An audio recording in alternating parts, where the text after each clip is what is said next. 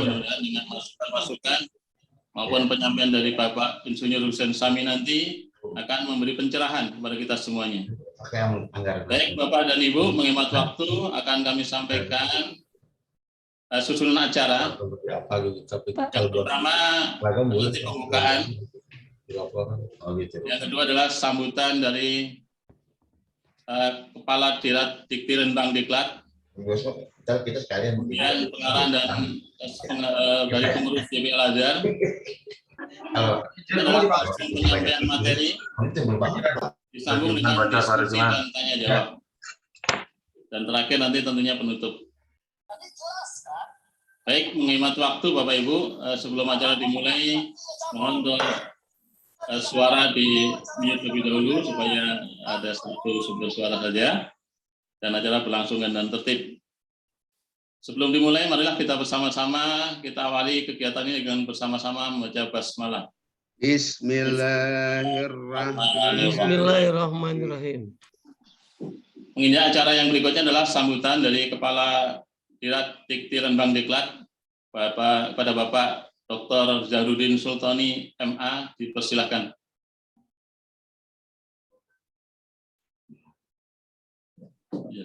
Assalamualaikum warahmatullahi wabarakatuh. Waalaikumsalam warahmatullahi wabarakatuh. Alhamdulillah, wassalatu wassalamu ala Rasulillah wa ala alihi wa sahbihi wa mawalah, wa la hawla wa la quwwata illa billah. Amma ba'du, faqala ta'ala fi kitabihil aziz wa huwa asdaqul qailin. A'udzu billahi minasy syaithanir rajim. Yarfa'illahu alladhina amanu minkum walladhina utul ilma darajat. Shadaqallahul azim. Yang saya hormati dan saya banggakan rekan-rekan Dikti Rembang Diklat YP Al-Azhar, teman-teman dari Direktorat Dikdasmen, teman-teman dari Inspektorat, teman-teman dari Sekretariat, dan teman-teman guru yang ikut dalam kegiatan ini. Pertama-tama marilah kita panjatkan puja dan puji kehadirat Allah Subhanahu wa Ta'ala yang senantiasa menganugerahkan nikmat dan karunia kepada kita, sehingga pada kesempatan ini kita bisa berkumpul bersilaturahim dalam forum knowledge management. Forum ini sudah yang keempat, dan ini menjadi media yang sangat strategis untuk brainstorming kita tentang keilmuan kita. Bagaimana kita bisa menambah wawasan keilmuan kita. Dan pada hari ini kita akan mendengarkan narasumber dengan tema budaya organisasi. Ini menjadi penting bagi kita semua agar cara kita berorganisasi itu berbudaya. Apa maksudnya berbudaya? Maksudnya berbudaya adalah berorganisasi dengan baik, dengan profesional.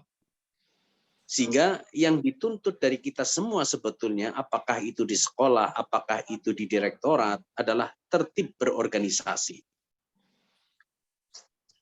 Kenapa mesti harus tertib berorganisasi?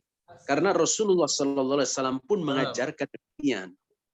Kesuksesan Rasulullah di dalam memimpin Madinah menjadi dari negara yang begitu sangat kecil menjadi negara besar yang pengaruhnya sampai keluar Madinah, itu karena Rasulullah berorganisasi dengan baik. Budaya organisasinya tumbuh. Rasulullah ketika akan memutuskan sebuah persoalan itu tidak menjadi keputusan pribadi, tapi keputusan bersama. Kenapa? Karena Rasulullah selalu bertanya kepada para sahabat. Itu cara berorganisasi yang sangat luar biasa. Jadi Rasulullah sebagai pemimpin tidak otoriter, gitu, tapi demokratis. Dan itu adalah bagian dari cara kita berorganisasi.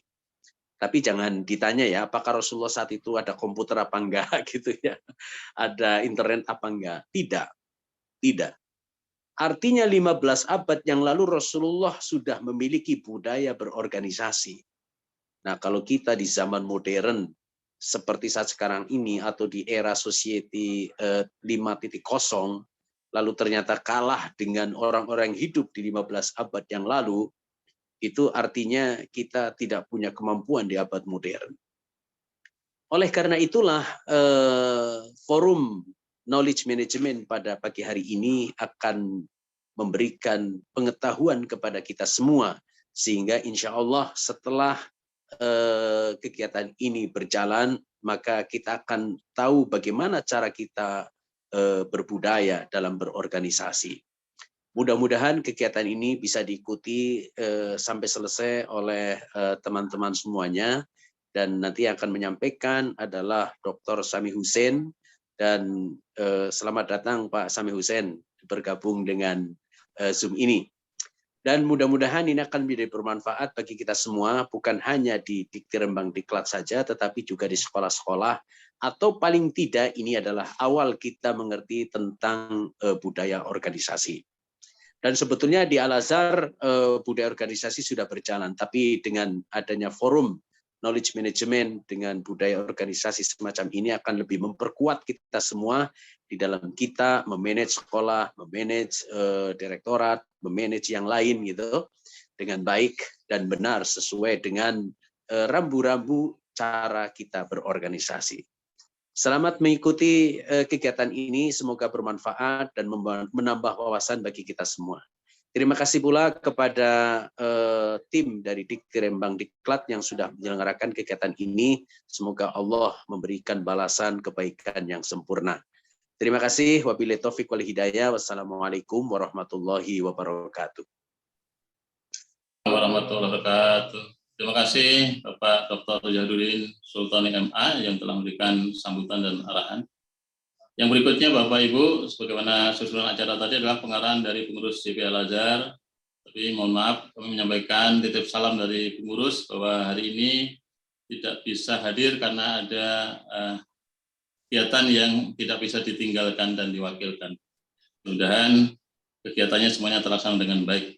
Baik Bapak Ibu, menginjak acara berikutnya adalah penyampaian materi yang dalam kesempatan ini akan disampaikan oleh Bapak Insinyur Hussein Sami yang nanti akan dimoderatori oleh Bapak Hari Rahmat. Tapi sebelum masuk ke materi akan saya bawakan sebuah pantun Bapak Ibu ya, mohon izin. Ya, banyak debu saat letusan Semeru. Kita balik ya. Keadaan jadi gelap dan pandangan terhalang. Mari perbanyak ilmu dengan informasi yang baru agar lebih mantap laksanakan program yang akan datang. Ya, selanjutnya silakan Bapak mengikuti acara penyampaian materi dan nanti tentunya ada acara diskusi atau tanya jawab. Dan untuk itu selamat datang Bapak Hussein Sami dan Bapak Hari selaku moderator. Terima kasih. Silakan. Karena saya hari Kamis insya Allah daftar ke sini ya. Dari Sri yang pertama. Dari Sri Muda. Dari Muda Pak Sarudin. Dari Sri Muda kan belum. Pak Sarudin bocor, Pak Sarudin. Baik. Bismillahirrahmanirrahim. Assalamualaikum warahmatullahi wabarakatuh. Waalaikumsalam. Innalhamdulillah nahmaduhu wa nasta'inuhu wa nastaghfiruh wa na'udzu billahi min shururi anfusina wa min sayyiati a'malina. May yahdihillahu fala mudilla lahu wa may yudlilhu fala hadiyalah. Asyhadu an la ilaha illallah wahdahu la syarika lah wa asyhadu anna Muhammadan abduhu wa rasuluh la nabiyya ba'da. Allahumma shalli wa sallim ala sayyidina Muhammad wa ala alihi wa sahbihi ajma'in amma ba'd.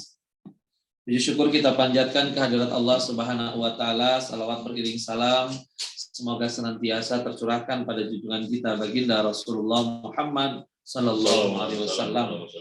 Yang saya hormati pengurus Yayasan Pesantren Islam Al-Azhar, yang saya hormati jajaran eselon 1, 2 dan 3 di lingkungan YPI Al-Azhar, yang saya hormati Rektor Universitas Al-Azhar Indonesia beserta dengan jajarannya, yang saya hormati Bapak Ibu Kepala Sekolah TK, SD, SMP Islam sama SMA Islam se-Indonesia, yang kami hormati dan kami banggakan pembicara kita pada kesempatan hari ini Bapak Insinyur Hussein Sami yang telah bergabung bersama kita di Zoom. Puji syukur kita panjatkan kehadirat Allah pagi hari ini kita dapat hadir bersama kembali di Forum Knowledge Management keempat yang diselenggarakan oleh Direktorat Dikti Rembang Diklat Dan forum knowledge management ini merupakan forum bagian daripada program kerja Dikti-Renbang-Diklat dalam rangka memberikan wawasan-wawasan baru, terutama di lingkungan Yayasan Pesantren Islam Al-Azhar. Dan pada kesempatan pagi hari ini, tema kita adalah membangun budaya organisasi yang berbasis adab dalam menghadapi tantangan era Society 5.0. Nah, Bapak Ibu semuanya, latar belakang kita mengadakan FKM keempat dengan tema ini adalah dalam rangka untuk menyamakan persepsi di kalangan internal YPI Al-Azhar. Mungkin nanti akan dijelaskan oleh pembicara kita berkaitan dengan budaya organisasi itu seperti apa, terutama juga yang berbasis adab itu seperti apa. Karena YPI Al-Azhar saat ini insya Allah di tahun 2022 akan memasuki usia ke-70 tahun ya. Jadi sudah 70 tahun YPI Al-Azhar berkiprah membangun peradaban, membangun umat dan bangsa, mendidik anak-anak kita, dan sudah banyak alumni-alumni Al-Azhar yang sekarang sudah berada di berbagai macam peran di Republik Indonesia ini. Nah, kita berharap untuk internal kita, YPI Al-Azhar ini, kita memiliki budaya organisasi yang ada ciri khasnya gitu. Kalau di perusahaan-perusahaan atau di tempat-tempat lain, mungkin kalau kita datang ke satu tempat, kita mungkin akan teringat dengan ciri khas. Misalnya ketika kita datang ke situ, kalau di tempat ini, lembaga ini, begini loh ciri khasnya. Kalau tempat ini, lembaga ini, ciri khasnya begini loh. Nah, sekarang bagaimana dengan YPI Al-Azhar? Nah, kita coba mengencourage, menggali berkaitan dengan budaya organisasi yang nanti kita coba untuk bentuk dan kita jadikan pedoman, sehingga ketika berada di Al-Azhar manapun, ciri khasnya sama. Baik itu di Jakarta, maupun di Jabodetabek, maupun di luar Pulau Jawa, dan lain sebagainya, memiliki ciri khas yang sama. Nah, hari ini kita kehadiran narasumber kita. Assalamualaikum Pak Hussein Sami. Waalaikumsalam warahmatullahi wabarakatuh. Ya, gimana kabarnya Pak Hussein? Alhamdulillah, baik-baik. Ya, alhamdulillah. Jadi nanti insya Allah beliau akan menyampaikan tentang budaya organisasi. Beliau ini expert lah sebagai country HR manager PT IBM Indonesia. Ya, jadi mudah-mudahan nanti dari beliau kita akan mendapatkan ilmu yang bermanfaat, terutama berkaitan dengan budaya organisasi, karena beliau sudah berpengalaman terutama di corporate dan juga mungkin di tempat-tempat yang lainnya. Oleh karena itu saya tidak akan berpanjang kalam. Saya silakan kepada Pak Hussein Sami untuk menyampaikan materinya pada kesempatan pagi hari ini. Silakan Pak. Terima kasih banyak. Assalamualaikum warahmatullahi wabarakatuh.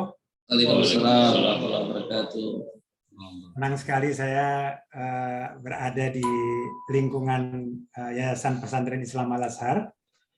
Buat saya institusi ini institusi istimewa karena saya punya 3 anak, 2 diantaranya alumni Al-Azhar.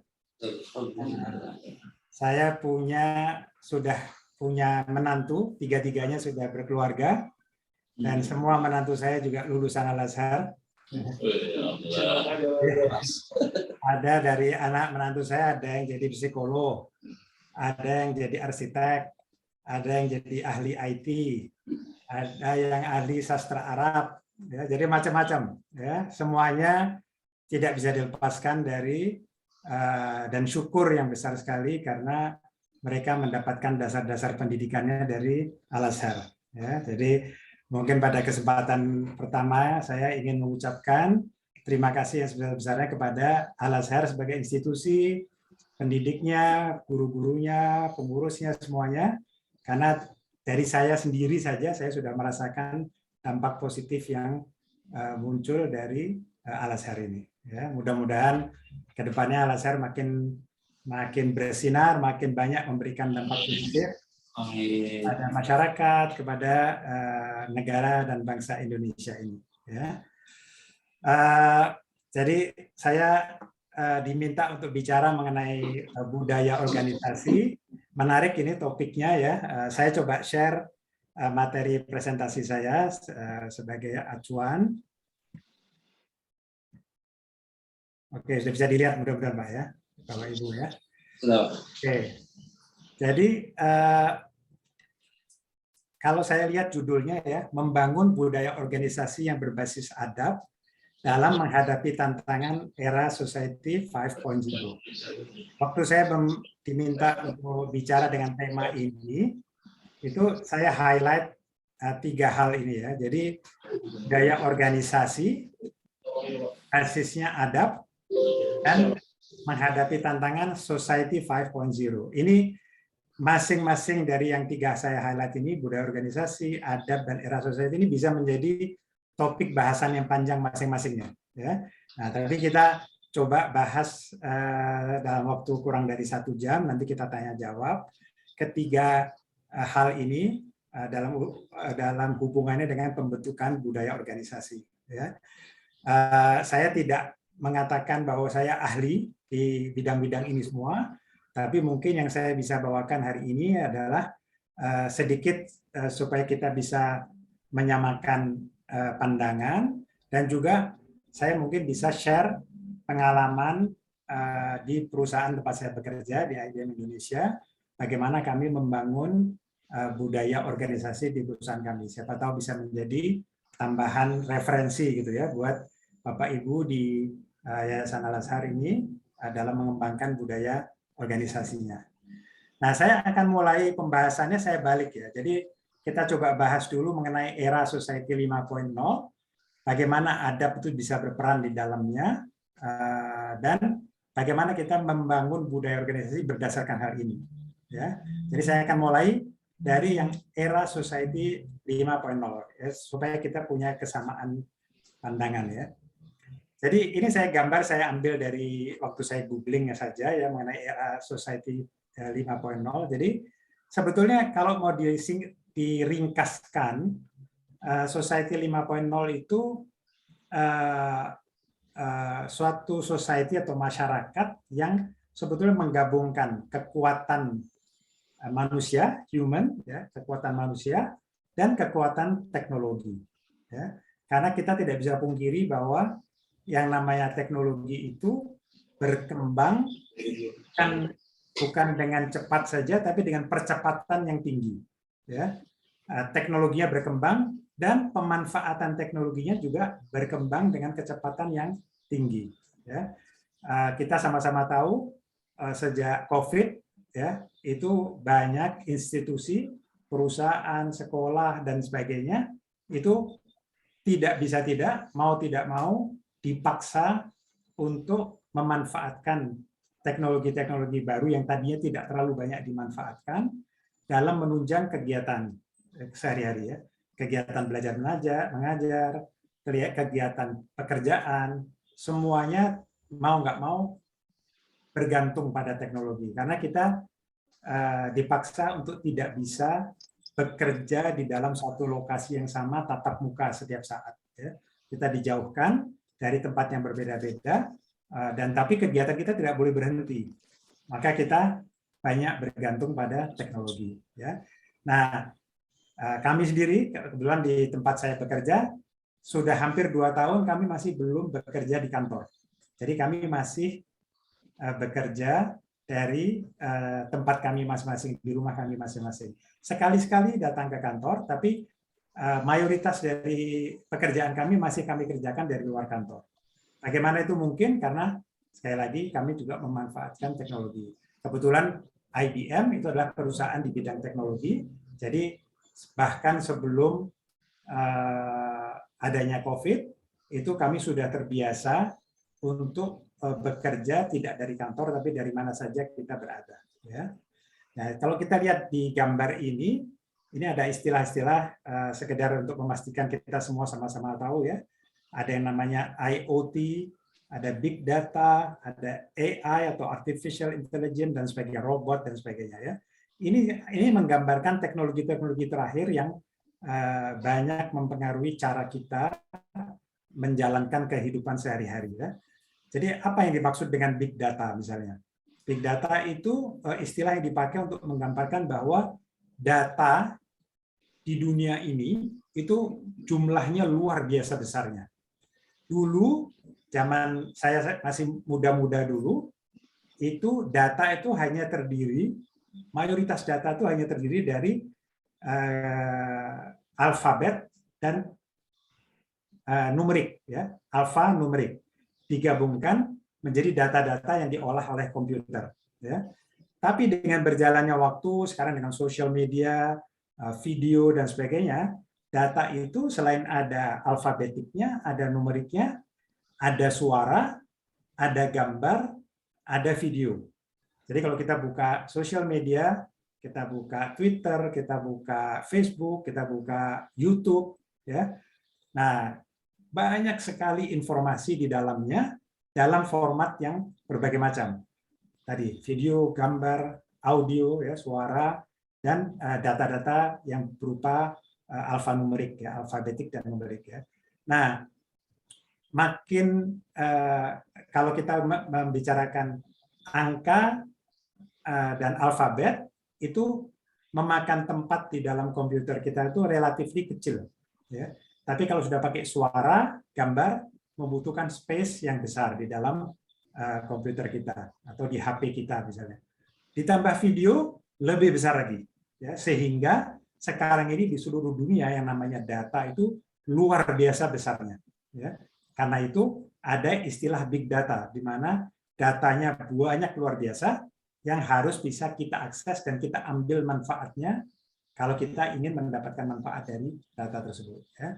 Nah, teknologi memungkinkan kita memanfaatkan teknologi tersebut untuk mengambil data-data dan mengubah menjadi informasi yang bermanfaat buat kita. Ya. Jadi ada big data. Ada yang namanya IoT, Internet of Things. Internet of Things itu sederhananya adalah peralatan-peralatan itu diberi sensor-sensor sehingga dia bisa menangkap setiap perubahan dan bisa berhubungan antara alat yang satu dengan alat yang lain tanpa perlu ada manusia yang menggerakkan, gitu ya. Jadi kalau kita lihat gambar di sini, contohnya kita sudah sering membaca mobil tanpa pengemudi misalnya, ya. Dari mana dia bisa jalan dan dia tidak nabrak misalnya. Nah, itu kalau lihat gambarnya di sini, di sekitar mobil ini, di beberapa areanya, itu dilengkapi dengan sensor-sensor, sehingga kalau dia jalan, kemudian ada sesuatu di depannya, mobilnya diberitahu oleh sistemnya, dan dia tahu kapan dia harus berhenti, kapan dia harus belok, dan sebagainya. Ya. Nah, itu menggunakan alat-alat itu juga. Di industri, misalnya di pabrik, ya, itu peralatan-peralatan yang dipakai, alat-alat berat misalnya, ya, itu diberi sensor-sensor yang memungkinkan misalnya kalau di dalam alat tersebut ada kerusakan, maka alat itu akan memberitahukan bahwa bagian mesin saya di bagian ini sudah mulai ada yang aus misalnya. Sehingga sebelum mesinnya rusak, itu operatornya tahu dan bisa memberikan mengoreksi atau membetulkan bagian-bagian yang tidak beres, sehingga tidak sampai mesin itu mati. Dia tetap bisa bekerja, membantu dalam proses-proses produksi di perusahaan tersebut. Banyak sekali ya urusan-urusan dengan IoT ini. Jadi itu salah satu teknologi. Artificial intelligence, kita sudah sering mendengar, kita sering lihat dulu itu film-film khayal, ya banyak menggunakan intelijensia buatan gitu ya, seakan-akan disebutnya intelijensia buatan. Jadi teknologi yang mampu dengan melihat macam-macam faktor memberikan rekomendasi ke kita apa yang harus kita lakukan, ya tanpa kita menganalisa sendiri. Itu juga dengan kemampuan teknologi. Robot, kita sering dengar istilah robot. Ada robot dalam bentuk robot alat gitu ya, bentuknya seperti manusia mengerjakan sesuatu. Tapi juga banyak proses-proses yang disebut dengan robotic process. Misalnya robotic process itu apa? Kalau kita mengerjakan sesuatu, biasanya kita punya urutannya. Pertama lakukan ini, kedua lakukan ini, tiga lakukan ini, kemudian lakukan ini, dan sebagainya. Nah, proses-proses tersebut itu bisa diperkenalkan ke peralatan teknologi ini, komputer ini, sehingga yang melakukan bukan kita lagi. Jadi pekerjaan-pekerjaan rutin dikerjakan oleh teknologi, oleh peralatan komputer misalnya, dalam bentuk robotik tadi. Jadi proses-proses dikerjakan oleh teknologi. Nah, kita lihat ini mungkin bisa melihat sebagai bahwa, waduh, banyak sekali ini pekerjaan yang tadinya kita kerjakan diambil alih oleh mesin, oleh komputer, oleh teknologi. Dan itu mengancam kelangsungan pekerjaan kita mungkin. Jawabannya sebetulnya iya, tapi juga tidak. Ya, iya itu artinya apa? Iya benar bahwa akan banyak pekerjaan-pekerjaan yang diambil alih oleh mesin, ya.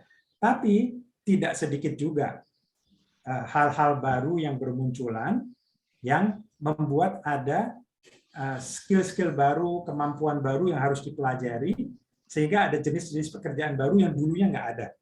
Ya.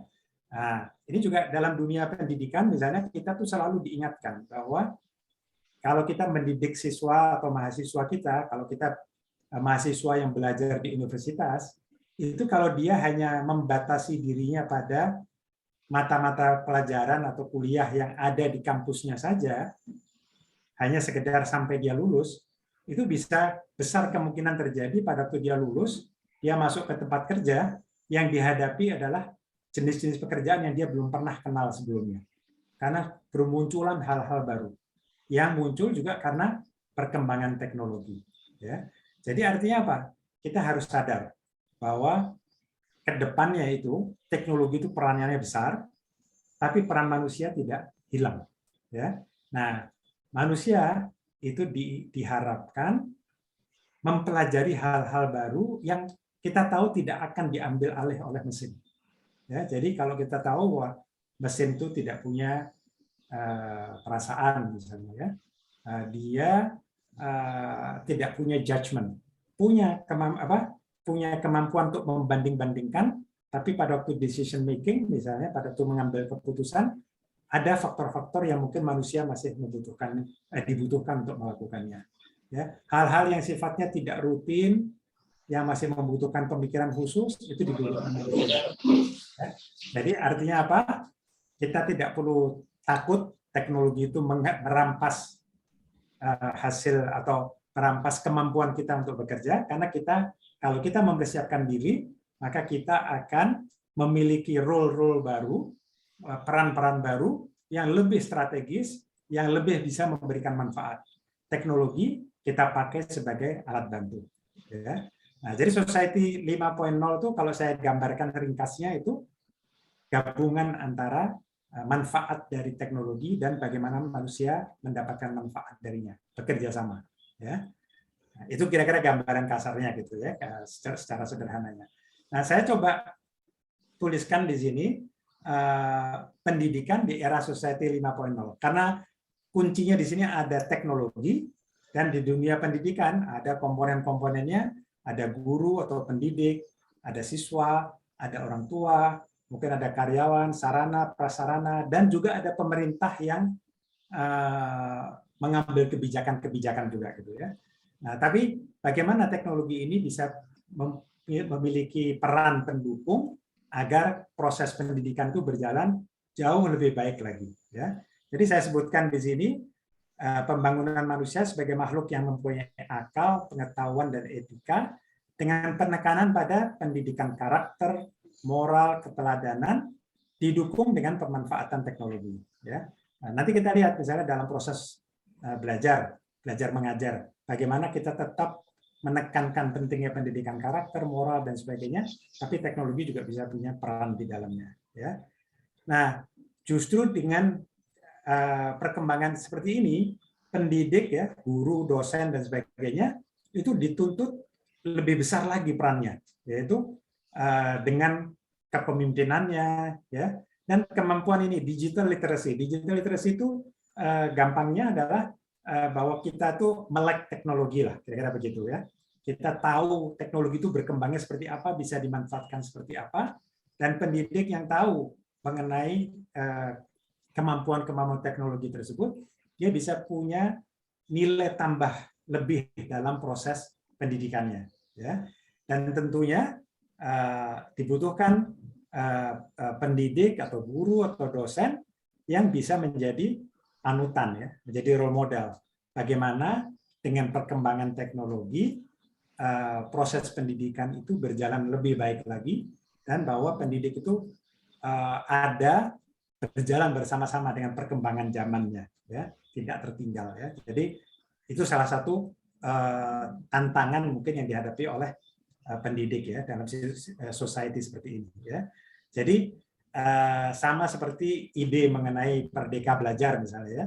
Pendidik itu tidak dibatasi perannya hanya memberi materi belajar, tapi justru lebih banyak menginspirasi ya, tumbuhnya kreativitas sebagai fasilitator, sebagai tutor, dan juga sebagai pembelajar sejati. Karena seperti saya katakan tadi, yang namanya ilmu atau kemampuan itu tidak mandek ya.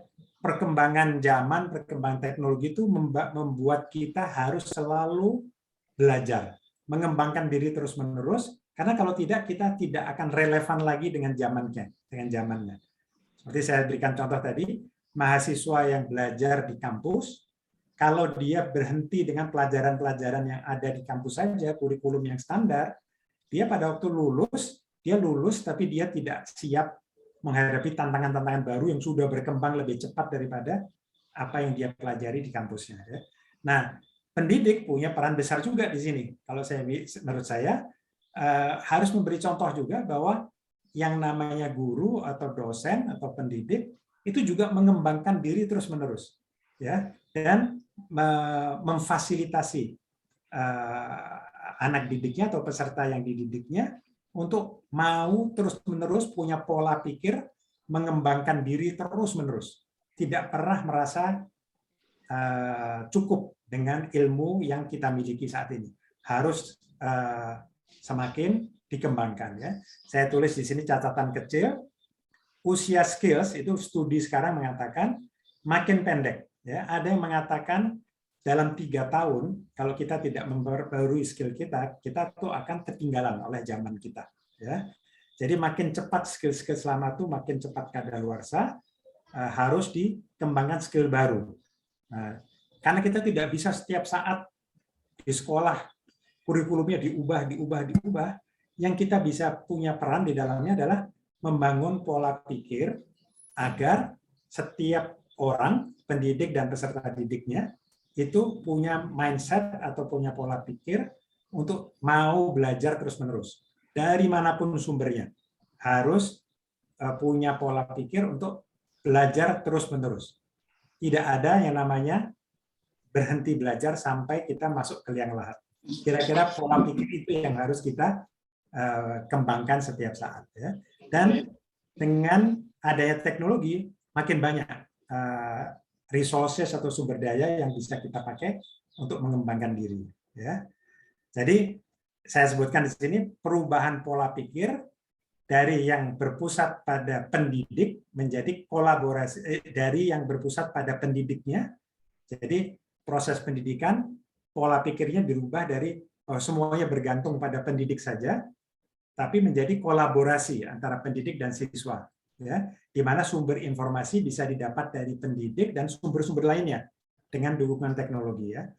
Banyak sekali contoh-contoh kalau kita buka YouTube, kita buka internet, googling, ya, hasil-hasil studi, itu ilmunya luar biasa banyaknya di dalamnya, dan anak-anak itu makin lama makin sadar itu dan bisa belajar sendiri. Ya. Saya mengamati cucu saya yang masih kelas 2 SD, ya, yang sekarang belajar di rumah, bagaimana dia belajar macam-macam dari oleh ibunya, dia diberi HP yang sudah di set up sehingga aman untuk anak kecil, tapi dia bisa belajar macam-macam di dalamnya. Dia kursus musik misalnya, tapi dia belajar lagu-lagu baru, bahkan misalnya lagu-lagu klasik, dia buka di YouTube, di situ diajarkan bagaimana nada-nadanya, dan dia bisa main sendiri tanpa diajar oleh guru musiknya. Guru musiknya tetap mengajarkan dasar-dasar untuk bermain piano, tapi dari YouTube-nya dia bisa belajar sesuatu dan lebih mempercepat proses kemampuan membangun skill-nya di bidang musik misalnya. Nah, ini yang kita harus pikirkan, bahwa sumber pelajaran, sumber belajar, sumber informasi bisa dari mana-mana.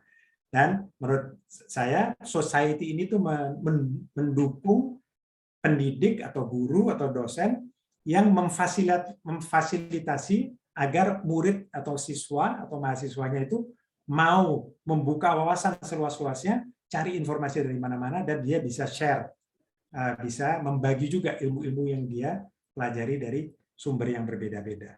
Ya, ini pola pikir menurut saya penting ya. Nah, ini saya kutipkan dari hasil studi dari World Economic Forum. Ya, World Economic Forum ini membuat studi ke depannya itu pekerjaan di dunia ini seperti apa dan skill apa yang dibutuhkan. Dan dia membuat studi termasuk skill-skills yang dibutuhkan di setiap negara termasuk Indonesia. Ini saya ambil yang Indonesia saja. Ini dibuat di akhir tahun 2020 ya. Jadi kalau dilihat di sini ada 15 top skills ya. Itu 10 diantaranya itu yang sifatnya non teknis. Atau orang suka menyebutnya dengan soft skills ya. Kreativitas ya.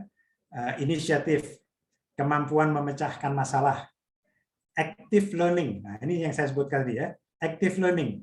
Jadi mampu secara aktif untuk belajar terus-menerus. Emotional intelligence, ya, intelijensia emosi ya, kemampuan berpikir secara analitik, ya, bagaimana memecahkan masalah, ya, critical thinking. Jadi kalau melihat sesuatu dia kritis dan menganalisis sebelum dia pakai untuk pengambilan keputusan. Resilience, ya, ketahanan gitu ya terhadap stres, ya, dan sebagainya. Reasoning, kemampuan untuk problem solving, ngambil ide, mengambil kebijakan dan sebagainya ya. Service orientation, ya, kalau zaman dulu itu kemampuan untuk memproduksi sesuatu barang. Tapi sekarang skill yang lebih orientasinya itu kepada jasa, ya, bukan produk tapi jasa. Nah, itu juga menjadi skill yang kedepannya akan dibutuhkan lebih banyak ya. Nah, tentunya yang sifatnya teknis juga penting. Teknologi, desain, programming, penggunaan teknologi, sistem analisis ya. Nah, ini mentoring, teaching, instruction ya. Ini adalah 15 skills yang dikatakan dibutuhkan untuk Indonesia ke depannya ya. Nah, berapa banyak dari sekian banyak skills ini yang diajarkan di sekolah atau di kampus kita? Kita harus melihat sebagian dari skills-skills ini dikembangkan atau didapatkan bukan dari dididik atau diajarkan, tapi dipraktekkan. Misalnya tugas yang dikerjakan secara kelompok misalnya ya, itu membangun kemampuan untuk berkolaborasi, menemukan permasalahan, mendiskusikan dan mengambil keputusan dan sebagainya ya. Jadi banyak kegiatan-kegiatan praktis keseharian yang juga punya peran besar dalam pengembangan skills kita ya. Nah, ini saya ambil contoh ini di tempat kerja ya. Sekarang di tempat kerja, dan ini contoh-contoh di tempat saya, kebetulan saya bekerja di IBM, tapi kalau Bapak Ibu dengerin webinar-webinar dari banyak perusahaan, mereka itu sekarang sama seperti kami juga di IBM, proses belajar itu dibuka kesempatannya seluas-luasnya, tanpa perlu harus setiap saat itu dalam bentuk penugasan belajar. Jadi yang namanya training di depan kelas dengan ada guru atau instruktur, itu bagian porsi kecil dari total proses pembelajaran. Ya. Jadi ini sebagai contoh ya.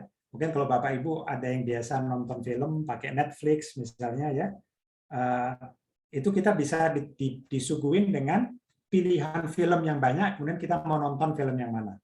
Nah ini juga sama.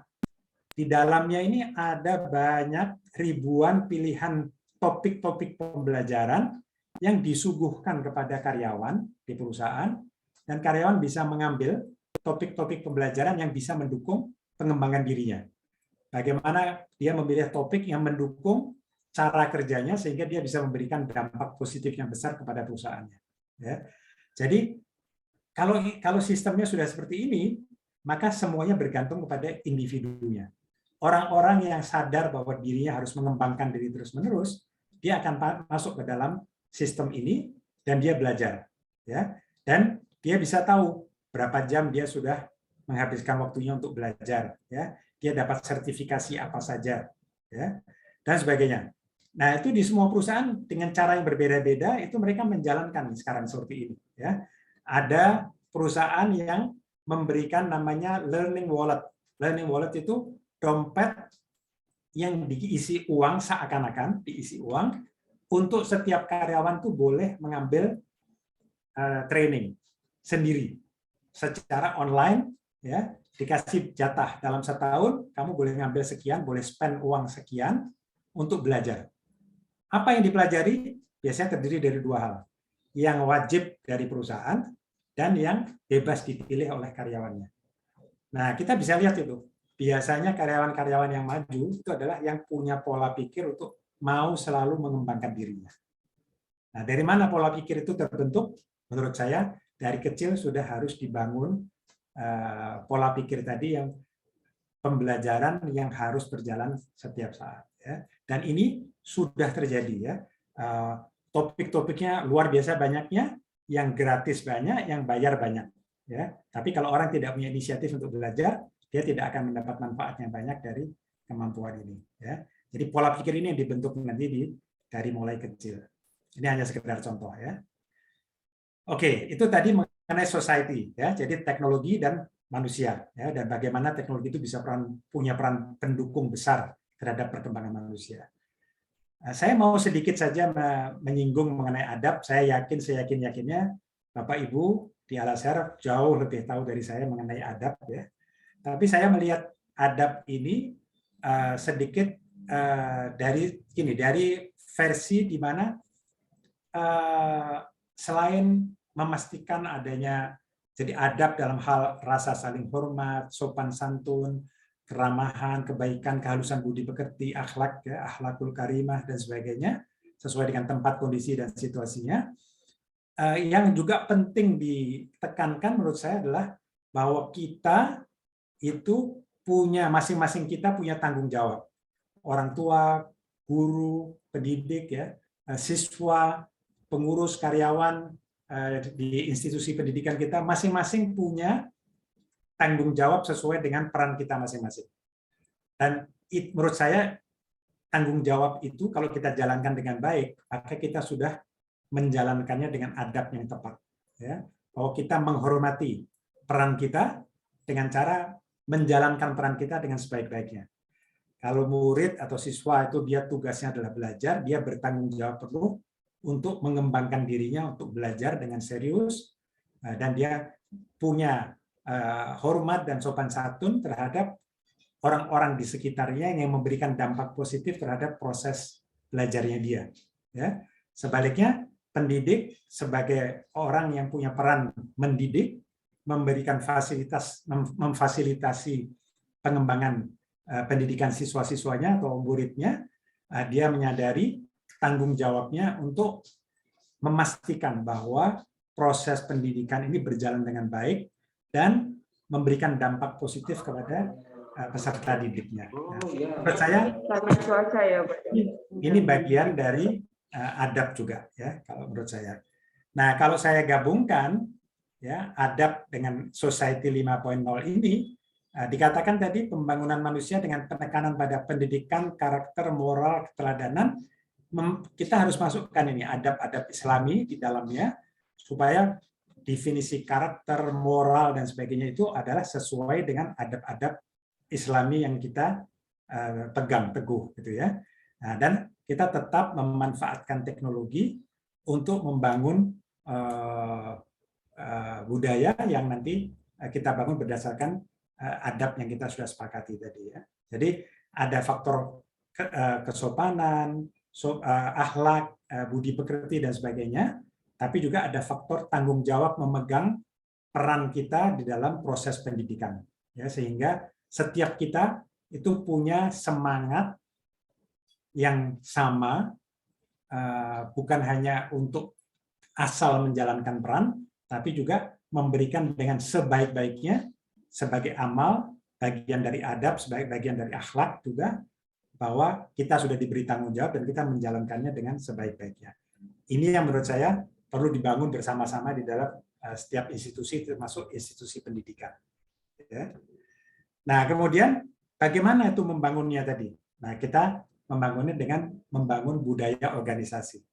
Apa itu budaya organisasi? Nah, kalau saya ringkaskan, budaya organisasi itu adalah tingkah laku, tata cara, kebiasaan individu di organisasi dalam mengerjakan tugas dan kewajibannya. Ya.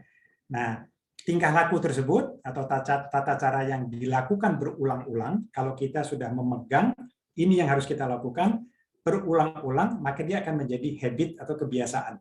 Sehingga mengerjakannya itu tidak menjadi sesuatu yang sulit, tapi sudah seakan-akan otomatis berjalan karena kita sudah terbiasa mengerjakannya. Ya. Sehingga terbentuklah itu menjadi budaya. Ya. Membangun budaya harus dilakukan secara sadar agar nantinya menjadi penunjang untuk tercapainya tujuan organisasi. Saya masih ingat pengalaman kita, mungkin Bapak Ibu kalau ada yang sering pakai MRT, saya kebetulan termasuk yang dulunya saya banyak ke kantor itu pakai kereta KRL, ya. Kemudian belakangan ada MRT, saya memanfaatkan MRT juga, ya. Pada waktu saya pakai KRL itu awal-awalnya luar biasa, suasananya itu sangat kacau, ya. Setiap orang itu seakan-akan tidak punya adab, ya. Kalau kereta datang itu yang kuat yang menang, ya, sehingga banyak terjadi kecelakaan dan sebagainya, banyak kejahatan terjadi di atas kereta dan sebagainya, ya. Tapi pelan-pelan dengan pengajaran budaya itu dibentuk, budaya antri, ya. Kemudian bahwa mementingkan orang lain, ya. Dan itu mulai terbentuk pelan-pelan dan saya melihat sekali perubahan atau pergeseran itu pada waktu pengelola transportasi kereta api pada waktu itu banyak melakukan tindakan-tindakan untuk memperbaiki proses budaya proses cara bertindak di dalam stasiun kereta api dan di atas kereta api. Pada waktu MRT hadir itu luar biasa sekali. Kalau Bapak Ibu banyak yang pakai MRT tahu, ya, bahwa pertama kereta MRT itu selalu berhenti di tempat yang sama setiap saat, ya. Sudah ada tempat pintu terbuka, pintunya pada waktu terbuka, orang-orang itu sudah terdidik, yang di dalam keluar dulu, kemudian yang di luar masuk secara beraturan ke dalam kereta dan duduk. Yang tidak dapat tempat duduk, dia sudah punya tempat berdirinya. Ya. Dulu-dulu, zaman saya masih jauh lebih muda, itu kita selalu sering joking, sering berkelakar bahwa kayaknya budaya kita nggak akan bisa sampai ke titik itu. Tapi dengan usaha yang dijalankan dengan sangat baik, sampai detik ini itu masih terjaga. Namanya budaya antri, ada tempat duduk khusus untuk orang tua, untuk ibu-ibu, untuk orang yang punya kelemahan fisik atau yang lagi hamil, itu sangat rapi. Di dalam kereta itu tempat duduk itu kosong kalau nggak ada orang yang pakai. Ya, walaupun kita lihat itu kosong, orang tidak mau duduk di sana. Begitu ada orang tua datang, orang-orang yang duduk tadi memberikan tempatnya kepada orang tua. Ini menurut saya suatu budaya yang timbul dari adab yang diperkenalkan secara baik. Ya, jadi sesuatu yang dikenalkan dan diimplementasikan dengan cara yang baik, berulang-ulang, diingatkan terus-menerus, maka dia menjadi budaya. Ya, jadi kita sekarang kalau pergi jalan-jalan ke mall, itu kita bisa lihat tuh, ya, bagaimana orang kalau mau beli misalnya bakery gitu ya, atau mau masuk ke suatu toko jual ice cream, ada special price, misalnya harganya khusus diskon. Dulu orang akan berkerumun berebut. Sekarang kalau Bapak Ibu lihat di mall, itu sudah dibuatkan jalur antriannya, kemudian mereka antri satu-satu, dan kalau ada yang jarak orang pertama dengan orang keduanya itu terlalu dekat, diingatkan, mohon Bu atau Pak mundur sedikit supaya ada jarak antara satu dan lain. Dan makin lama, makin kita lihat bahwa orang sudah jalan sendiri, sudah membudayai. Adab tadi ini sudah membudaya, ya, dan itu berjalan. Jadi artinya apa? Kita bisa membangun ini, ya, budaya ini sesuai dengan apa yang kita ingin mau. Ya. Jadi kalau saya lihat di sini, startnya dari mana ini? Ya, apa yang mau kita bangun? Nah, biasanya budaya organisasi itu memiliki dua komponen besar. Satu, nilai-nilai atau sistem nilai, atau dalam bahasa Inggris disebut values. Ya. Apa nilai-nilai yang mau kita kembangkan di organisasi kita, dan kebiasaan atau norma-norma apa yang kita ingin jalankan agar keduanya ini berjalan seiring menjadi suatu budaya. Ya. Dan kita tahu, studi banyak sekali yang menunjukkan bahwa budaya organisasi itu kalau sudah terbentuk, dia akan menentukan suksesnya suatu organisasi. Kalau budaya itu tidak terbentuk dengan baik, itu dia bisa membawa organisasi ke kegagalan. Ya. Nah, juga ini penting ini, saat nilai-nilai individu suatu organisasi sejalan dengan nilai-nilai organisasi, jadi kalau individu di organisasi tadi juga memiliki sistem nilai yang sama dengan nilai-nilai organisasi, maka setiap anggotanya di organisasi tertentu akan dengan senang hati melakukan role-nya atau perannya ekstra. Dia mau menjalankan pekerjaannya lebih daripada yang ditugaskan kepadanya. Kalau tugasnya hanya mencakup segini, ruang lingkupnya, dia mau mengerjakan lebih besar dari itu. Kalau sistem nilai dia dengan sistem nilai organisasinya itu sejalan. Ya. Jadi kalau kita kembali kita bicara mengenai adab, maka membangun adab di setiap individu tadi, itu akan membangun kemampuan untuk individu-individu tadi itu berjalan seiring dengan nilai-nilai organisasi, sehingga setiap anggota di organisasi tersebut itu mau melakukan sesuatu lebih daripada apa yang diharapkan dari dia. Ekstra, supaya institusi kita, organisasi kita itu sukses. Ya. Nah, kalau budaya organisasi ini sudah terbentuk, maka seperti tadi disebutkan di depan, yang terlihat dan terpancar itu dari tindak tanduk anggota organisasinya itu adalah budaya tersebut.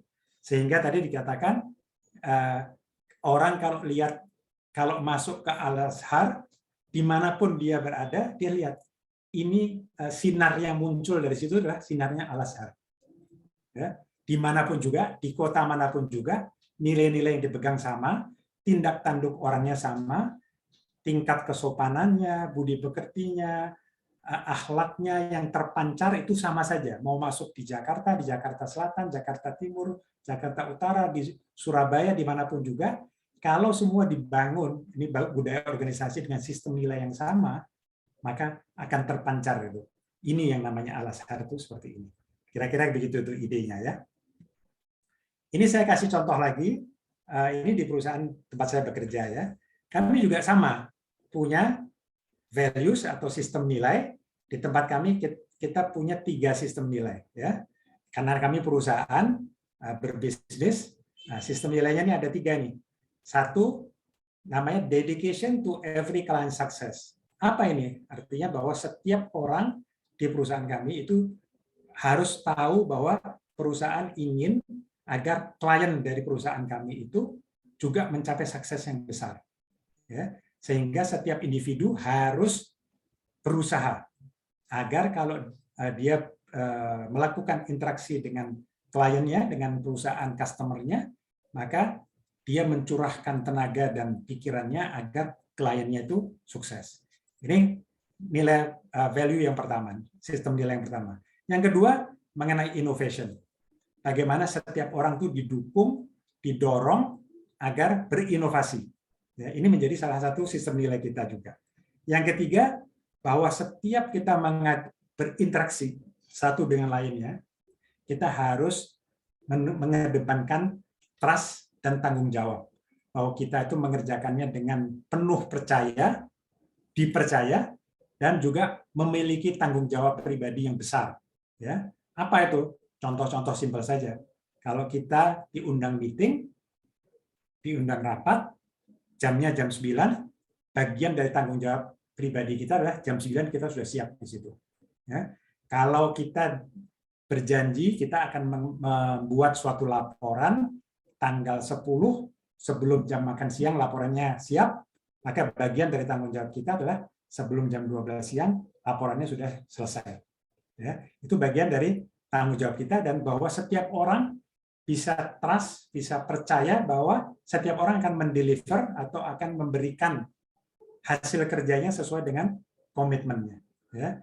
Jadi ada nih 3 sistem nilai ini yang kita kembangkan, kita kampanyekan terus-menerus, sehingga kita menyebutkan di sini karyawan IBM itu dikenal dan disatukan oleh nilai-nilai perusahaannya, bukan oleh produk yang dibuat dan dipasarkan.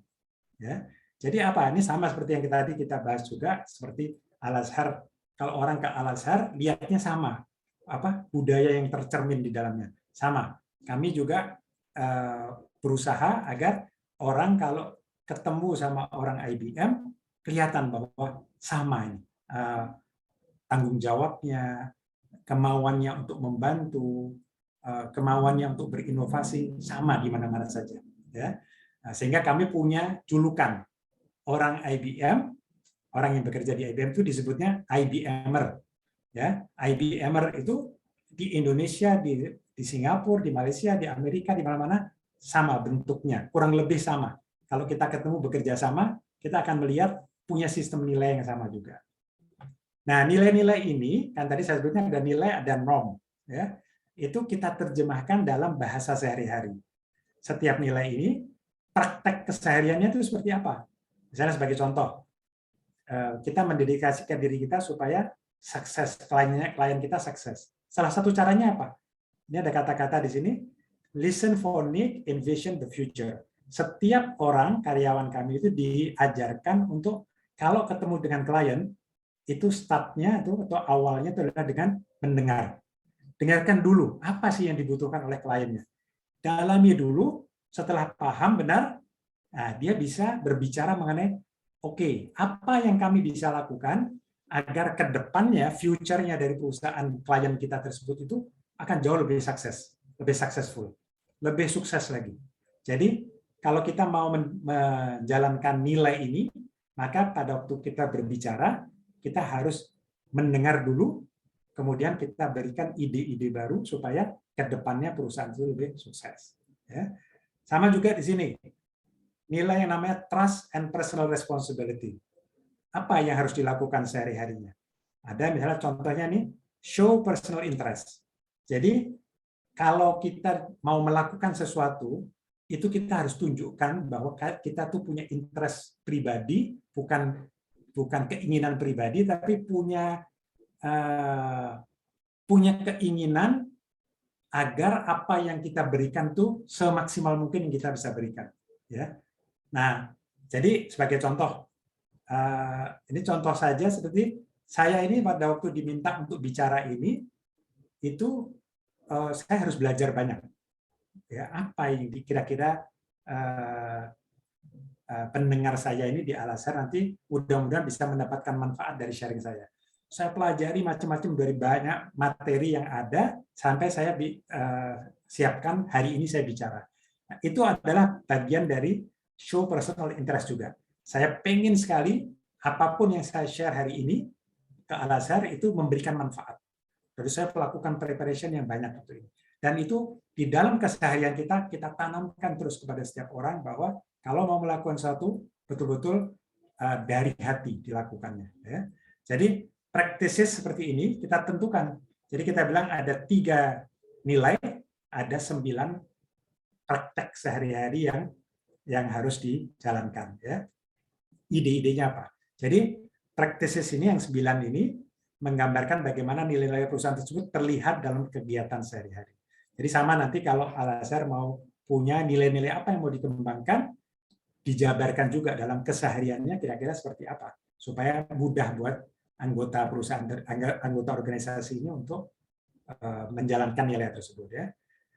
Nah, sedikit saja ini, kalau Bapak Ibu familiar dengan istilah gunung es, fenomena gunung es, ya, gunung es itu kan kadang-kadang kelihatannya di laut itu gunungannya kecil, tapi di bawah air itu besar sekali. Jadi kalau budaya itu yang kelihatan tuh mungkin tingkah laku orang-orangnya, sikapnya, kebiasaannya. Tapi apa yang tercermin dari tingkah laku, sikap, dan kebiasaan ini, itu sebetulnya di bawahnya ada sistem nilai yang dibangun butuh waktu lama, baru dia bisa tercermin dalam bentuk tingkah laku ini. Jadi kalau kita mau membangun budaya organisasi, kita harus fokus benar-benar di dalamnya sini, agar yang kelihatan itu nanti betul-betul dijiwai oleh setiap individunya. Inilah budaya organisasi yang ingin saya tampilkan. Ya. Jadi saya tidak akan baca detail di sini, tapi studi sudah banyak mengatakan bahwa pemimpin itu punya peran besar dalam menentukan ya nilai-nilai perusahaan seperti apa yang ingin dibangun oleh perusahaan. Pemimpin bukan satu orang, tapi bisa dengan anggota-anggotanya membangun apa sih sistem nilai yang mau kita bangun, dan tidak lupa nih komunikasi. Ya, kalau kita sudah bangun nilai-nilai ini, komunikasi ini menjadi titik kritikal, ya, agar apa yang kita bangun tadi itu terkomunikasikan dengan baik dan bisa tercermin dalam bentuk tingkah laku, tindak tanduk dari anggotanya. Ya. Jadi macam-macam caranya. Ya. Berikan contoh yang jelas, bagaimana nilai tersebut diterapkan dalam kegiatan sehari-hari, komunikasikan sesering mungkin di setiap kesempatan, rayakan dan berikan penghargaan kepada yang menerapkan nilai-nilai tersebut dengan baik. Jadi dibuat program agar orang-orang yang menunjukkan budaya organisasi sesuai dengan nilai-nilai yang kita bangun itu juga mendapatkan apresiasi, mendapatkan penghargaan juga ya. Dan diarahkan setiap kegiatan organisasi pada penerapan nilai-nilai tersebut. Selalu didengung-dengungkan terus agar budaya organisasi tersebut tercermin ya. Ini sekedar singkat secara contoh yang kami lakukan di perusahaan kami di IBM ya.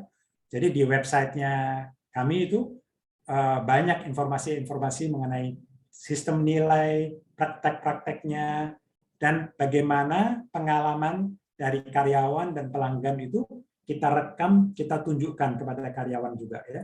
Bagaimana komentar dari karyawan maupun dari pelanggan, apa yang mereka lakukan ya, sehingga memberikan ide kepada setiap karyawan, oh gini ya budaya organisasi kalau berjalan itu yang terjadi seperti ini, sehingga orang yang belum menerapkan atau belum menginternalize gitu ya, apa itu budaya, belum menyerap dengan benar, dia tahu oh orang-orang lain itu melakukannya gini ya, sehingga dia bisa pelajari ya. Dan kami juga memberikan penghargaan berdasarkan penerapan nilai-nilai tersebut oleh setiap individu ya. Jadi kami punya budget misalnya untuk penghargaan. Penghargaan itu pada waktu diberikan itu kita beritahukan si A mendapatkan penghargaan ini karena dia menjalankan nilai ini dengan praktek seperti ini ya. Nilai misalnya tadi kalau yang tadi trust and personal responsibility, atau dia berinovasi, atau dia memberikan bantuan sehingga kliennya menjadi successful ya, itu diberi penghargaan. Ya, jadi kalau saya summary-kan, saya simpulkan bagaimana membangun budaya organisasi ini ya. Pertama, definisikan ya. Jadi nilai-nilai yang berdasarkan adab ini apa sebetulnya, dibuat secara lebih sederhana. Mungkin kalau kita punya banyak inisiatif di dalamnya, kita sederhanakan agar tidak terlalu luas sehingga mudah dicerna dan mudah dijalankan oleh setiap anggota organisasi ya. Dalam society yang sekarang itu teknologi bisa punya peran besar dalam proses belajar mengajar, membangun pola pikir di mana belajar itu bisa di mana saja, dari mana saja, tanpa pernah berhenti, harus terus-menerus belajar ya. Komunikasikan, kampanyekan terus mengenai budaya-budaya ini, gunakan berbagai media kreatif. Jadi kalau bisa poster-poster yang ditempel kalau di sekolah-sekolah, bisa pada waktu ada upacara diingatkan kembali. Kalau ada website dari perusahaan, nilai-nilai tersebut digambarkan di situ. Kalau ada peristiwa atau kejadian tertentu yang menunjukkan budaya perusahaan itu sedang tampil, tunjukkan juga gitu ya. Jadi bisa dikampanyekan terus-menerus. pemimpin menjadi panutan, ini menjadi kesepakatan semua orang bahwa peran pemimpin besar sekali untuk memastikan budaya perusahaan itu bisa jalan dengan baik. Ya. Diukur, kita lihat berkembang nggak ini budaya perusahaan, sukses nggak kita dalam menerapkan budaya organisasi. Apa yang perlu ditambahkan lagi? Apakah perlu komunikasi lebih jauh? Kampanye harus lebih besar atau tidak? Apakah perlu lebih banyak contoh-contoh dari pimpinan? Itu diukur, dimonitor supaya ada perkembangan yang positif ya. Dan rayakan, berikan apresiasi kepada individu yang bertingkah laku sesuai dengan budaya organisasi.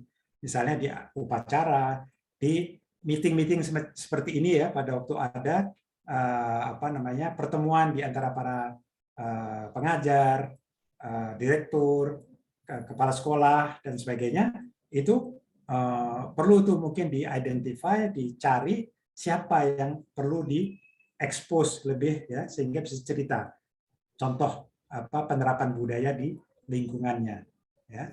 Jadi ini definisikan, manfaatkan teknologi, komunikasi tidak pernah berhenti, diberikan contoh panutan, diukur progresnya dan dirayakan. Itu mungkin yang saya bisa share. Kita bisa ngobrol lagi nanti setelah ini. Mudah-mudahan ada manfaatnya buat kita semua. Terima kasih. Assalamualaikum warahmatullahi wabarakatuh. Waalaikumsalam warahmatullahi wabarakatuh. Terima kasih pada Pak Husain Sami, ini luar biasa materinya untuk kami hari ini, dan ini detail betul ya dari tema yang kami sampaikan ke Pak Husain, istilahnya dipretelin satu persatu gitu ya, mulai dari Society 5.0, terus adab, lalu budaya organisasi. Memang ini menjadi satu hal yang boleh dikatakan kalau buat di kami ini mungkin satu hal yang baru. Kenapa? Karena memang kalau lihat Al-Azhar, memang ciri-ciri Al-Azharnya ada. Artinya Al-Azhar itu lembaga yayasan Islam, dan masing-masing individu ketika masuk ke Al-Azhar itu membawa nilai masing-masing. Nah, kita berharap nanti dari nilai-nilai masing-masing ini bisa dijadikan menjadi nilai lembaga, sehingga semua yang ada di YPI Al-Azhar ini tadi disampaikan dimanapun, di Jakarta kayak di Kalimantan kayak di tempat-tempat yang lainnya, itu memiliki nilai yang sama, sehingga ketika orang ketemu dengan personil atau pegawai Al-Azhar, oh ini orang Al-Azhar gitu, jadi ada ciri khasnya. Nah itu kita mendapatkan informasi yang luar biasa nih, dari society-nya, dari adabnya, dari budayanya yang sudah disampaikan juga oleh Pak Sami, termasuk juga tadi bagaimana kita memproses untuk membentuk budaya di lingkungan YPI Al-Azhar. Tentu saja ini butuh waktu ya, butuh waktu yang tidak sebentar, butuh waktu yang lama. Ada bagaimana kita mendefinisikan, bagaimana kita memanfaatkan teknologi, lalu mengkomunikasikan, lalu menjalankannya, lalu mengukur dan merayakan atau memberikan apresiasi kepada keluarga besar YPI Al-Azhar yang melaksanakan budaya-budaya yang sudah ditentukan. Dan ternyata budaya ini juga ikut menentukan kesuksesan atau tujuan dari suatu organisasi ya. Jadi cukup menentukan juga. Baik Bapak Ibu, ini alhamdulillah Pak Sami sudah memberikan paparannya, wawasannya kepada kita semuanya. Kita akan buka termin tanya jawab 2 sesi. Yang satu sesi itu 3 penanya. Saya berikan kesempatan kepada Bapak Ibu jika ada yang ingin bertanya. Silakan Bapak Ibu. Saya Pak udah raise hand. Ibu Ida ya, satu sebentar Bu Ida. Yang kedua Pak Jamal. Silakan Pak Jamal. Terus yang ketiga satu lagi Pak Abdullah. Siap Pak Abdullah. Baik Bapak Ibu, nanti silakan bertanya singkat pada jelas, sebutkan dari unit mana biar nanti teman-teman pada kenal semuanya. Silakan Bapak Ibu. Untuk Bu Ida terlebih dahulu. Iya. Terima kasih. Assalamualaikum warahmatullahi wabarakatuh. Yang saya hormati Bapak Ibu dari Direktorat Dikti Rembang, yang Bapak Ibu semuanya, dan yang saya hormati Bapak Sami Husain selaku narasumber. Materinya sangat luar biasa Pak. Singkat aja yang saya tanyakan, tadi disampaikan oleh Bapak bahwa untuk mempercepat tentang membangun budaya kerja yang positif otomatis, maka di situ ada reward. Tadi Bapak sampaikan ada reward dengan berbagai versinya ya Pak ya. Nah, bagaimana untuk mempercepat tadi, saya lihat misalnya kayak di mall kita baik itu karena ada rule, aturan yang jelas, kemudian ada punishment yang jelas di awalnya. Karena saya lihat ketika di pasar, rule-nya kurang jelas, aturan kurang jelas, berantakan lagi. Nah, bagaimana di mana kita meletakkan punishment itu, Pak, untuk mempercepat pencapaian budaya organisasi seperti yang kita harapkan. Itu yang pertama. Jadi kita meletakkan punishment itu di mana, sejauh mana, mungkin mungkin sampai seberapa persen atau seberapa lama kita meletakkan punishment.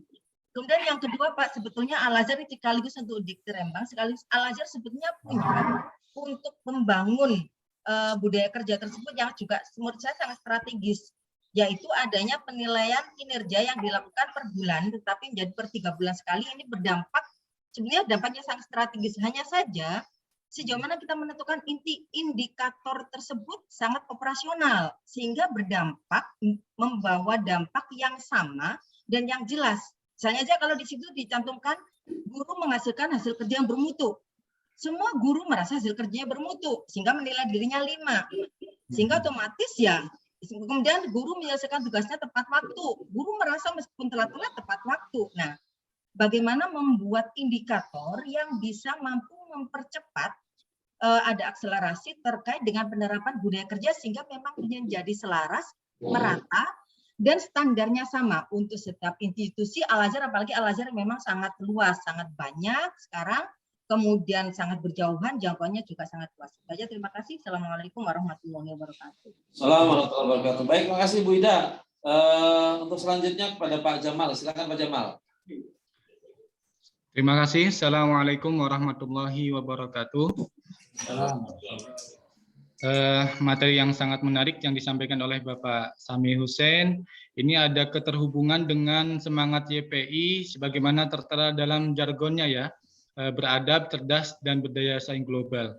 Terlebih tahun kemarin kami, perkenalkan kami Jamal dari SD Al-Azhar 29 Semarang. Mohon maaf, saya dari SD Al-Azhar 29 Semarang. Nah, terkait dengan adab ini memang jadi perhatian khusus dari YPI Al-Azhar. Terlebih dalam jargon sudah tertera, kemudian juga YPI menerbitkan buku panduan adab. Tapi kami rasa buku panduan adab ini lebih kepada baru sebatas budayanya, budaya adab, yaitu budaya religius. Padahal kalau kita uraikan seperti bagaimana yang disampaikan Bapak Sami tadi, ada budaya religiusnya, ada budaya literasi digital, literasi mungkin bisa ada juga tambahan literasi finansial dan juga environmental, terlebih di saat pandemi seperti ini. Nah, yang menjadi pertanyaan kami, mohon penjelasan lebih lanjut dari Bapak Sami, sebenarnya siapa pemain kunci atau aspek kesuksesan membangun budaya organisasi dalam sebuah institusi? Kalau dilihat dari materi, YPI sudah mengeluarkan buku adab atau budaya religius versi YPI. Tetapi sebagaimana harapan Pak Sami, harusnya sinar yang semburat dari berbagai sekolah Al-Azhar ini sama warnanya atau sama semangatnya. Tapi bisa jadi tidak menutup kemungkinan antara satu Al-Azhar dengan Al-Azhar lain ini berbeda budaya organisasinya atau berbeda sinar yang dipancarkannya. Nah, pertanyaan kami sebenarnya siapa sih pemain kuncinya atau aspek apa saja yang bisa menyukseskan budaya organisasi ini berbasis adab, berbasis kekhasan Al-Azhar ini dimanapun Al-Azhar itu berada. Itu yang pertama. Yang kedua, Bapak, selain pertanyaan tadi, yang kedua adalah bagaimana mengevaluasi capaian budaya organisasi. Setelah kita tadi membentuk, ada tim dan lain sebagainya, bagaimana cara mengevaluasi capaian budaya organisasi yang kita bangun itu. Terima kasih, Bapak. Baik, makasih Pak Jamal dari Semarang, luar biasa hadir hari ini. Terus selanjutnya silakan pada Pak Abdullah. Baik, terima kasih Bari. Assalamualaikum warahmatullahi wabarakatuh. Yang sama-sama dihormati Bapak Penjara kita, Bapak Insinyur Hussein Sami, alhamdulillah sudah memberikan pencerahan dan ilmunya kepada kita semuanya. Mudah-mudahan barokah ilmunya. Amin ya rabbal alamin. Yang saya ingin tanyakan sebenarnya gini, Pak, bagaimana mekanisme dan mengintegrasikan budaya organisasi. Tentunya kan bicara budaya organisasi berarti kita bicara dulu tentang tata kelola organisasinya, Pak.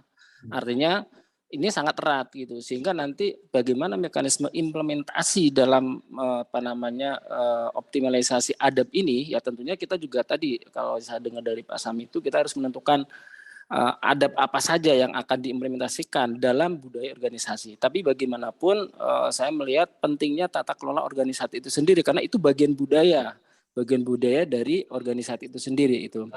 Jadi menurut pandangan Bapak kira-kira langkah sederhana atau dalam satu kata kunci bagaimana yang harus kita implementasikan, karena tadi di lapangan dari Direktorat Dikdasmen sudah juga menerbitkan buku adab yang tadi disampaikan adalah dalam tanda kutip baru orientasinya adalah orientasi religius baik yang dilaksanakan oleh semua stakeholder dari DP Al-Azhar. Jadi kami pengen butuh pencerahan kira-kira implementasi seperti apa untuk mengintegrasikan antara tata kelola organisasi, budaya organisasi dalam mengimplementasikan kebiasaan atau adab di YP Al-Azhar ini. Itu saja, terima kasih. Assalamualaikum warahmatullahi wabarakatuh. Assalamualaikum warahmatullahi wabarakatuh. Baik, makasih Pak Abdullah dari Diktiran Bang Diklat. Mungkin langsung aja Pak Sami untuk bisa menjawab pertanyaan dari Bu Ida, Pak Jamal, dan Pak Abdullah. Silahkan Pak. Ya, terima kasih banyak atas pertanyaannya. Saya coba jawab semaksimal yang saya bisa lakukan ya. Saya lihat ada beberapa kesamaan sebetulnya dari ketiga pertanyaan yang tadi sudah disampaikan ya. Saya coba rangkum supaya tidak satu demi satu nanti berulang. Jadi pertama begini, kalau menurut saya ya, saya belum tahu yang sudah dibagikan. Ya, yang sudah dibagikan mengenai adab tadi ya. Panduan adab itu kan sudah dibagikan ya. Mungkin kita harus bedakan antara panduan adab dengan membangun budaya berdasarkan adab. Ya, kalau panduan adab itu mungkin lebih kepada informasi apa sih yang adab yang kita mau jalankan dan bagaimana menjalankannya. Tapi kalau menjadi budaya berarti ada langkah lebih tersistematis, yang lebih sistematis, yang mana yang mau kita fokuskan dan dengan cara apa kita menjalankannya. Ya, jadi kalau misalnya kita punya, saya nggak tahu juga buku panduan adabnya itu apakah 3-4 halaman atau 20-30 halaman atau seperti apa ya. Tapi menurut saya harus diambil prioritasnya dulu misalnya ya. Yang mana yang mau kita fokuskan. Dan kemudian dijelaskan gimana caranya kita membangun supaya adab ini yang kita sudah pilih tadi, nilai-nilai yang luhurnya tadi ini berjalan dalam keseharian. Itu yang menjadi patokan apakah ini berhasil atau tidak. Jadi kalau kita mau mengevaluasi nanti sukses atau tidak ini kita jalankannya hanya berdasarkan apa yang sudah kita putuskan tadi akan kita bentuk budaya berdasarkan adab ini ya. Jadi panduan adab menurut saya hanya sebagai referensinya. Orang memahami apa sih yang dimaksud dengan adab, area-areanya apa saja ya. Tapi kalau kita mau membangun budaya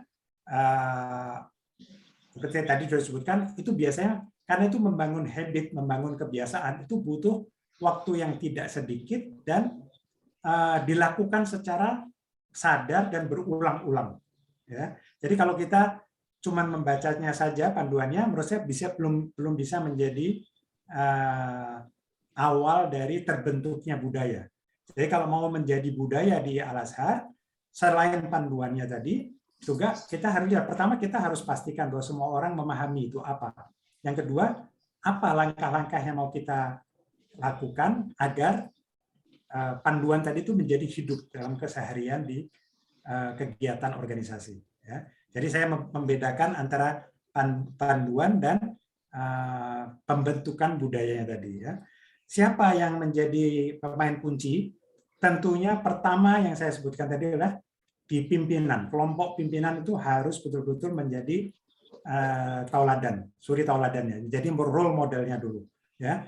Umumnya dimanapun juga kalau budaya organisasi itu lagi dibangun atau diubah, sukses atau tidaknya pertama adalah terlihat dari bagaimana pimpinannya itu punya keyakinan, kepercayaan bahwa ini adalah budaya perusahaan yang harus saya bangun dan saya harus menunjukkan dengan baik. Jadi kalau tadi kita bilang budayanya itu misalnya nih, kita ambil yang gampang, tepat waktu.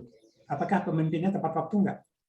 Kalau kita mengatakan bahwa setiap insan di Al-Azhar itu harus punya kebiasaan misalnya membaca buku mengenai apa, ya, membaca buku, atau misalnya punya kebiasaan tadarus Al-Quran setiap minggu sekian. Itu dalam realitanya terjadi apa enggak? Kalau belum, itu berarti belum menjadi budaya. Dan siapa yang pegang peranan besar? Itu level-level pimpinan ke bawah, ya. Karena yang di masyarakat luasnya ini, individu-individu di organisasi itu butuh ada panutan, butuh role model yang mengatakan bahwa ini yang mau saya bangun dan ini yang saya kerjakan. Sejalan apa yang ada di ucapan dengan perbuatannya. Ya, jadi menurut saya salah satu kunci dalam pembentukan tadi saya sebutkan kan didefinisikan, ya, kemudian dijalankan, kemudian ada role modeling tadi dari pimpinan, ada diberi penghargaan dan sebagainya. Nah, yang pertama menurut saya adalah panutan dari pimpinan. Itu penting menurut saya untuk membangun budaya organisasi. Nah, kemudian tadi pertanyaannya Bu Ida kalau saya tidak salah, pertama itu punishment, ya. Punishment itu penting, tapi kita melihatnya dari segi yang positif. Lebih banyak dampak positifnya kalau kita menekankan pada pencapaian. Jadi pemberian award atau pemberian apresiasi yang kita tonjolkan. Ini loh orang-orang yang menjalankan budaya perusahaan dengan baik, ya. Diekspos, diminta untuk bicara pada waktu upacara misalnya, atau pada rapat besar, diminta untuk bicara pengalaman-pengalamannya, ya. Nah, punishment itu bisa dilakukan tetap kalau memang itu merupakan pelanggaran, ya. Tapi kalau orang belum melakukan, itu lebih ke diingatkan. Tapi kalau melanggar, yaitu punishment.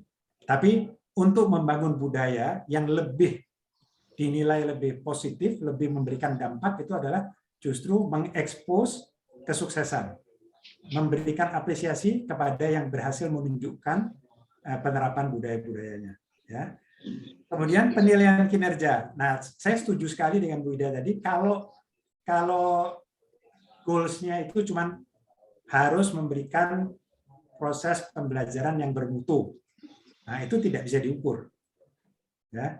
Jadi kalau kita mau memberikan evaluasi, ya, memberikan penilaian, maka apa yang di-expect, apa yang goals-nya itu harus spesifik, ya. Mungkin Bapak Ibu ada yang pernah dengar istilah SMART goals, ya, goals yang smart. Smart itu apa? Smart itu singkatan dari 5, ya, SMART, ya. S-nya itu spesifik, ya. M-nya itu measurable. Jadi sangat spesifik, bisa diukur, artinya jelas apa yang mau diukur. Measurable, ya, achievable, bisa dicapai, ya. Smart, achievable, R-nya relevan terhadap apa yang sedang kita kerjakan, dan T-nya itu adalah time. Jadi apa? Kalau kita mau mengukur, mengevaluasi hasil kerja, itu harus clear. Apa yang mau diukur, bisa di-achieve apa enggak, kapan itu diukurnya. Jadi kalau misalnya 3 bulanan, dalam 3 bulan itu apa yang di-expect? Misalnya kalau dianggap pengajaran yang bermutu itu adalah menyelesaikan bahan ini, dan misalnya sekian persen dari siswanya itu paham, dilihat dari misalnya nilai ulangannya atau ujiannya yang nilainya 80 ke atas itu sekian banyak, misalnya saja, ya. Jadi harus spesifik. Dalam 3 bulan harus mencapai apa, sesuatu yang bisa diukur, gitu ya. Jadi bukan yang sangat global, gitu ya. Nah, kalau masih sangat global, biasanya evaluasinya juga terlalu subjektif, gitu. Ya. Tadi juga ada komentar mengenai tata kelola organisasi diintegrasikan dengan budaya. Jadi kalau saya kira tata kelola organisasi itu mungkin basic ya, basicnya bahwa organisasi berjalan sesuai dengan apa yang di-expect ya dari organisasi tersebut. Tapi kalau budaya organisasi itu membangun habit, membangun kebiasaan sehingga orang-orang di dalamnya itu tanpa harus disuruh, tanpa harus dikontrol, tanpa harus dimonitor, berjalan sesuai dengan nilai-nilai organisasi kita. Jadi karena itu penting penentuan nilai-nilainya tadi itu apa, ya, kemudian prakteknya itu seperti apa. Jadi saya bilang tadi ada values, ada norms, ada nilai-nilai, ada norma-norma yang dijalankan, praktek-prakteknya.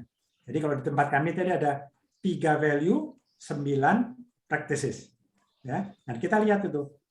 Kalau itu kita bisa buat semacam itu, ini nilai-nilai yang ingin kita kembangkan di Al-Azhar, dan ini adalah praktek-praktek keseharian yang menunjang ke pencapaian nilai tersebut. Maka itu bisa diukur.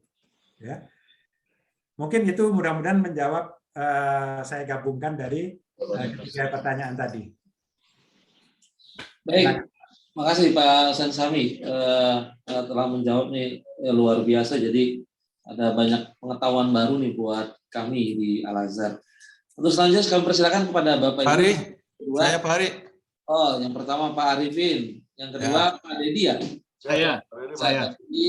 Terus yang satu lagi silakan kalau masih ada. Saya.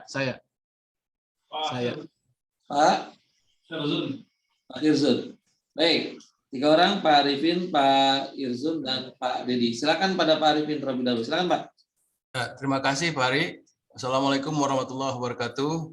Bapak Insinyur Husain Sami yang kita hormati, alhamdulillah kita mendapatkan pencerahan pagi hari ini berkaitan dengan budaya organisasi.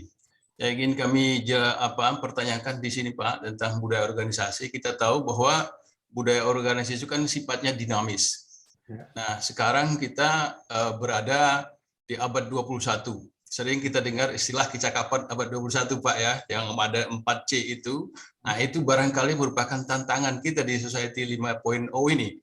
Oleh karena itu, budaya organisasi semacam apa sih sebenarnya yang kita perlukan? Di samping Bapak tadi sudah menjelaskan kepada kita sebenarnya bahwa berbagai macam yang diperlukan itu adalah harus menginspirasi. Apalagi kita Al-Azhar adalah sebagai lembaga pendidikan yang kita kan sekarang ini perlu membentuk generasi ke depan yang unggul, kira-kira seperti itu, yang bisa menyesuaikan dengan setiap era. Apakah nanti ini kan Society 5.0, apa masih ada lagi nanti 6.0, mungkin ada 7.0 seterusnya.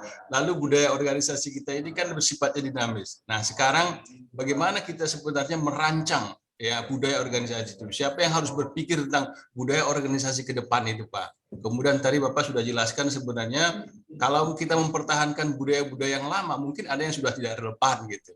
Nah, oleh karena itu kita harus berpikir budaya apa lagi yang diperlukan sesuai dengan tantangan zaman. Kira-kira penjelasannya bagaimana, Pak? Terima kasih. Assalamualaikum warahmatullahi wabarakatuh. Baik, terima kasih Pak Arifin dari Diktiran Bandiklat. Yang kedua Pak Dedi, silakan Pak Dedi. Terima kasih. Assalamualaikum warahmatullahi wabarakatuh. Assalamualaikum. Ini mohon maaf pakai ininya gede. Awal yang usahanya. Ini Pak, dari yang Bapak sampaikan tadi itu luar biasa sekali. Tetapi saya merefleksi diri Pak, bahwa kita seorang muslim itu sudah ada jaminan kalau saja sholat kita benar, itu pasti benar semuanya gitu. Karena tadi Bapak menyampaikan disiplin itu salah satu budaya yang harus kita laksanakan. Dan di sekolah itu juga harus disiplin begitu. Apakah kita ini seorang muslim kurang merefleksi diri, kurang menghayati lagi dari makna-makna yang telah Rasulullah sampaikan, Allah firmankan gitu, sehingga sampai kita mencari budaya yang sesuai setiap tahap demi tahap gitu. Bukankah itu semuanya jawabannya ada di kita sendiri, Pak gitu. Nah, apakah ini karena kita sebagai orang muslim yang mohon maaf gitu sudah kurang yakin dengan kekuatan atau keberkahan dari Al-Quran atau dari apa-apa yang telah disampaikan oleh Rasulullah SAW gitu. Terima kasih Pak, mohon maaf.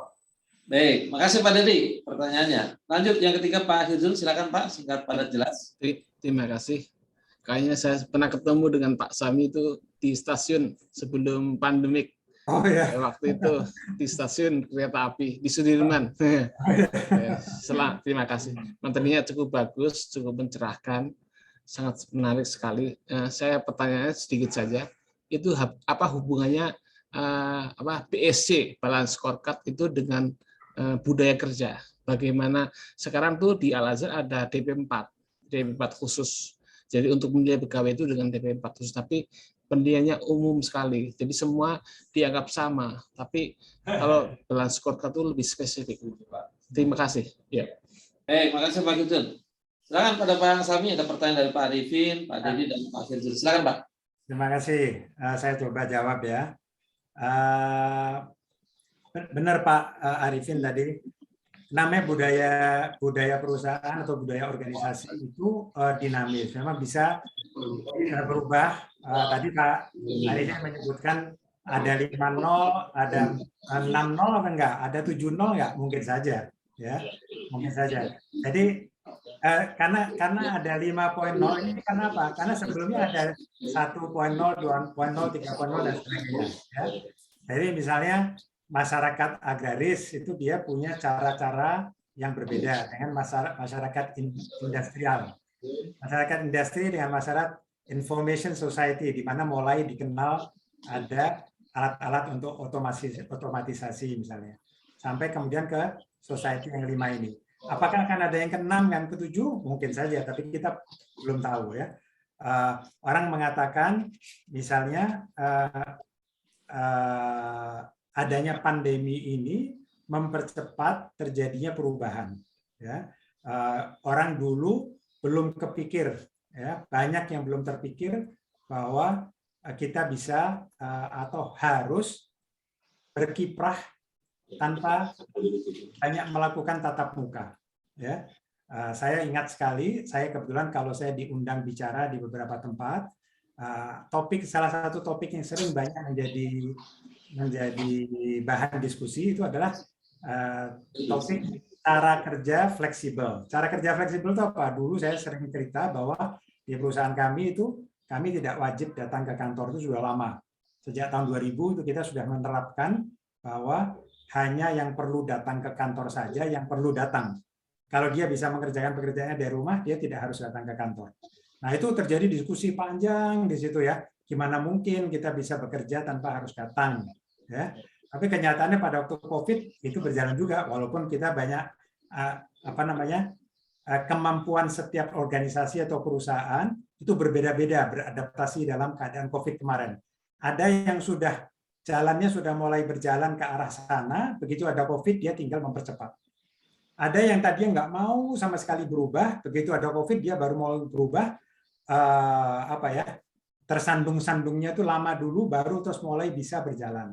Ya, ada perusahaan atau organisasi yang sudah terbiasa melakukan itu. Waktu ada COVID, hampir tidak ada tantangan yang berarti dalam menjalankan kegiatan organisasi atau kegiatan perusahaannya. Jadi tahapannya bisa berbeda-beda setiap perusahaan, tapi benar sekali bahwa memang ini dinamis, bisa berubah.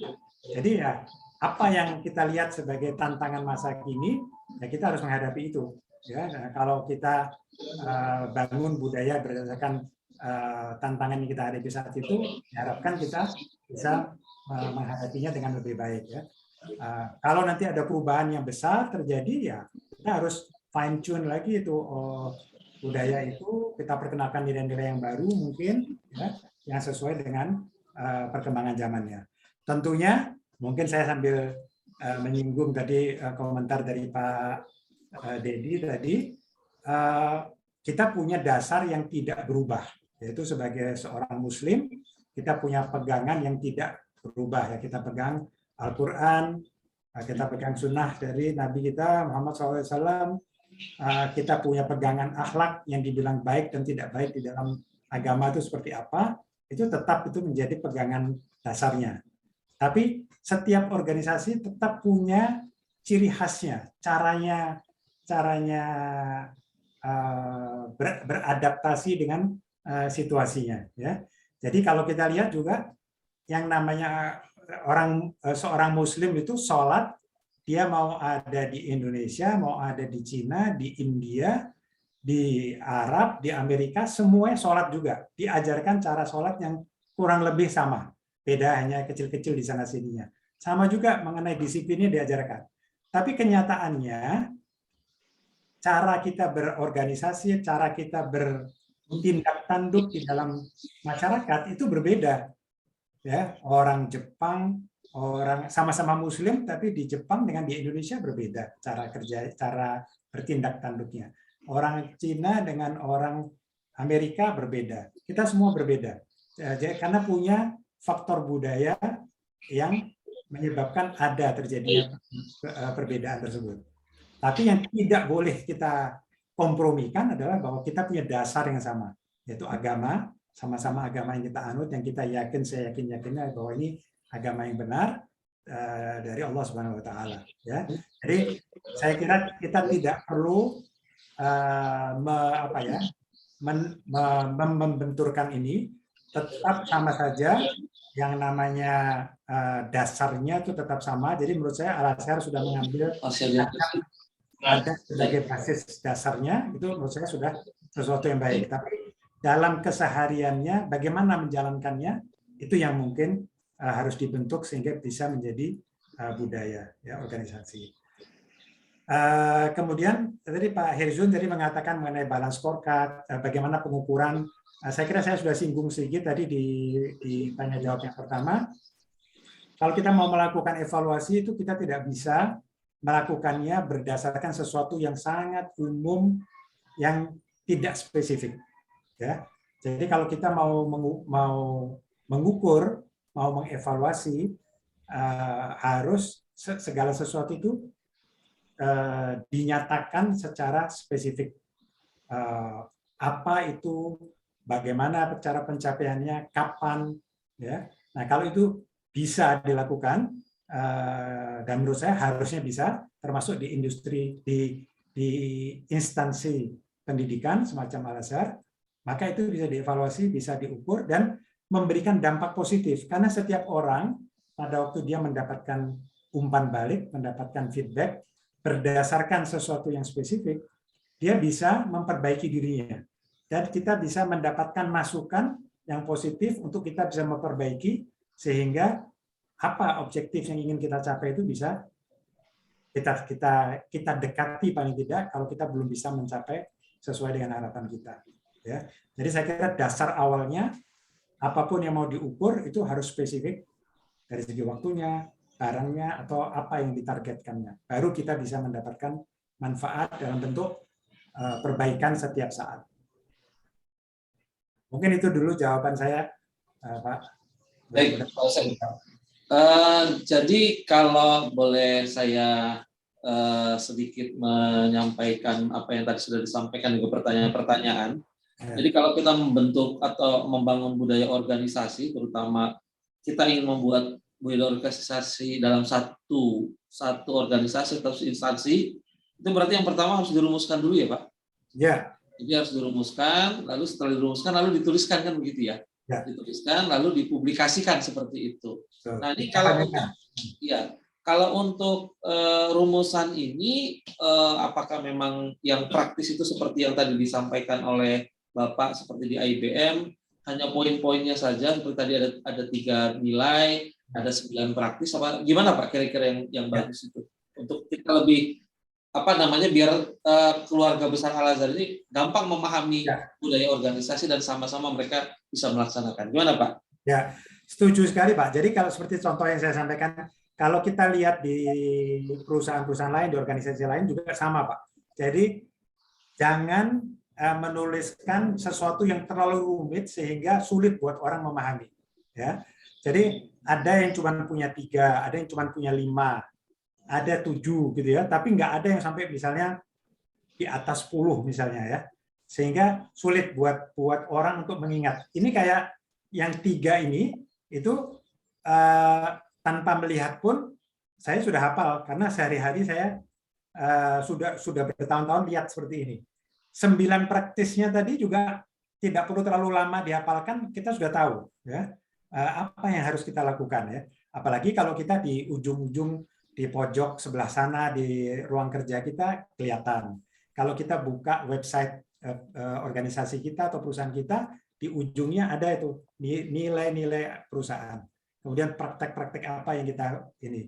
Kemudian pada waktu kita mau melakukan evaluasi ke anggota organisasi, itu kita pegang nilai-nilai dan praktek-prakteknya tadi itu sebagai pegangan dalam proses penilaiannya. Ya, kalau si A itu dibilang bagus, sesuai dengan nilai yang mana yang dia bagusnya itu. Ya, jadi kalau misalnya kita mau bilang budaya seperti ini yang ingin kita kembangkan di tempat kita, maka pada waktu kita memberikan apresiasi, melakukan penilaian dan sebagainya, kemana ini? Jadi misalnya sebagai contoh Pak ya, di tempat kami bekerja itu setiap manajer itu dikasih budget untuk memberikan award tadi Pak ya. Nah pada waktu dia mau memberikan award itu dia masuk ke satu sistem, dia pilih misalnya siapa yang mau dikasih award, si A. Kenapa kok ke A? Dari nilai mana, dari praktek yang mana yang menyebabkan saya harus kasih dia penghargaan. Saya tulis itu, oh dia saya kasih ini karena dia menerapkan show personal interest atau dia selalu menunjukkan persiapan yang baik pada setiap saat dia dibutuhkan dalam meeting dan sebagainya.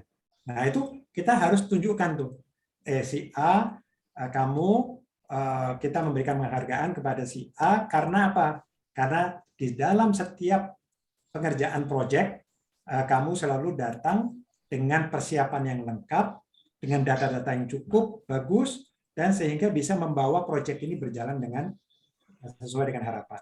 Nah, jadi dia tahu bahwa saya dihargai karena saya menjalankan praktek ini yang menunjang nilai ini. Kalau itu terlalu besar, Pak, sulit nanti buat orang-orangnya untuk menjalankannya ya. Jadi memang harus ada ya proses dulu. Makanya saya bilang pembentukan budaya kerja itu harus dilakukan secara sadar.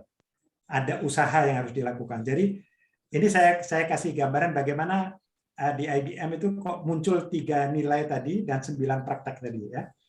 Yang 3 nilai itu ini tidak harus ditiru seperti itu ya. Kami dulu jadi IBM itu di seluruh dunia karyawannya ada 350.000 seluruh dunia. Nah, kami berhubungan antara karyawan-karyawan IBM itu menggunakan website kami melalui internet. Nah, pada waktu itu pimpinan perusahaan kami yang ada di Amerika kebetulan dia mengatakan bahwa ini zamannya berubah, produk kita berubah, pelanggan kita berubah dan sebagainya. Kita harus melihat apakah nilai-nilai kita yang sekarang itu masih relevan atau harus diubah. Nah, kemudian dia bilang, oke, selama 3 hari ke depan saya buka kesempatan kepada semua karyawan di seluruh dunia untuk kasih masukan. Nilai-nilai apa yang perlu kita bangun supaya ke depannya organisasi ini bisa sukses dan anggota-anggotanya bisa sukses juga. Nah, selama 3 hari itu ditunjuk ada sekian mungkin lebih dari 20 orang di seluruh dunia menjadi semacam moderator. Orang nulis semuanya di internetnya masing-masing sehingga terkumpul. Setelah selesai 3 minggu, pemimpin kita itu waktu itu bilang terima kasih banyak, partisipasinya bagus, ada sekian ratus ide yang masuk, kita tutup dalam waktu sekian 2 minggu misalnya, kita akan kembali ke Anda. Ditutup setelah 3 hari, 2 minggu kemudian tim yang sudah dibentuk itu dia membuat summary dari ide-idenya itu. Pengelompokan sampai keluar dari sekian banyak menjadi 10. Di-share ke semua karyawan seluruh dunia. Ini yang kita kumpulkan. Nah, gimana pendapat dari karyawan? Oh, itu di-share, orang ngasih masukan gini sampai akhirnya bersepakat kita 3 yang mau kita jadikan nilai utamanya yang mau kita kembangkan. Nah, terus di-share ke semua karyawan. Ini adalah hasil dari masukan Anda semua, kita persempit jadi 3. Nah, sudah, kemudian dibentuk satu tim khusus, apa praktek-praktek yang bisa menunjang pencapaian 3 nilai tersebut. Nah, setelah ada, dibuat tadi itu gambar yang saya show tadi itu gambarnya itu dibuat, dan itu nyebar ke seluruh dunia. ditempel di sini, di website, di mana-mana, orang dikasih budget, manajer-manajernya, pimpinan-pimpinan di perusahaan dikasih budget untuk memberikan apresiasi pada orang-orang yang menunjukkan praktek-praktek tadi. Terus dikembangkan terus-menerus, dan itu berjalan sampai itu menjadi betul-betul mendarah daging. Kira-kira begitu, Pak, prosesnya waktu itu. Baik. Makasih, Pak. Ini berarti kita sudah dapat gambaran kira-kira nanti kalau misalnya kita coba untuk bentuk dan membuat budaya organisasi di Al-Azhar, tahapan-tahapannya sudah tadi dijelaskan oleh Pak Sen. Dan butuh waktu, Pak, ya. Butuh waktu. Jadi butuh waktu ya, berarti ya. Budaya, membangun budaya itu sebagaimana budaya yang lain-lain itu tidak bisa instan, ya. Itu harus kan, karena tadi saya katakan ya, tindakan yang dilakukan berulang-ulang menjadi habit, kebiasaan. Menjadi kebiasaan. Nah, baru itu nanti menjadi budaya. Sama seperti waktu kita membangun budaya antri, ya, seperti tadi MRT itu macam-macam, ya, dari mulai di kereta dulu diatur, di ini dibuatkan jalur kalau mau beli tiket. Sama juga kalau kita naik mobil lagi antri, orang tahu ada yang nyalip dari motong mau belok gitu ya.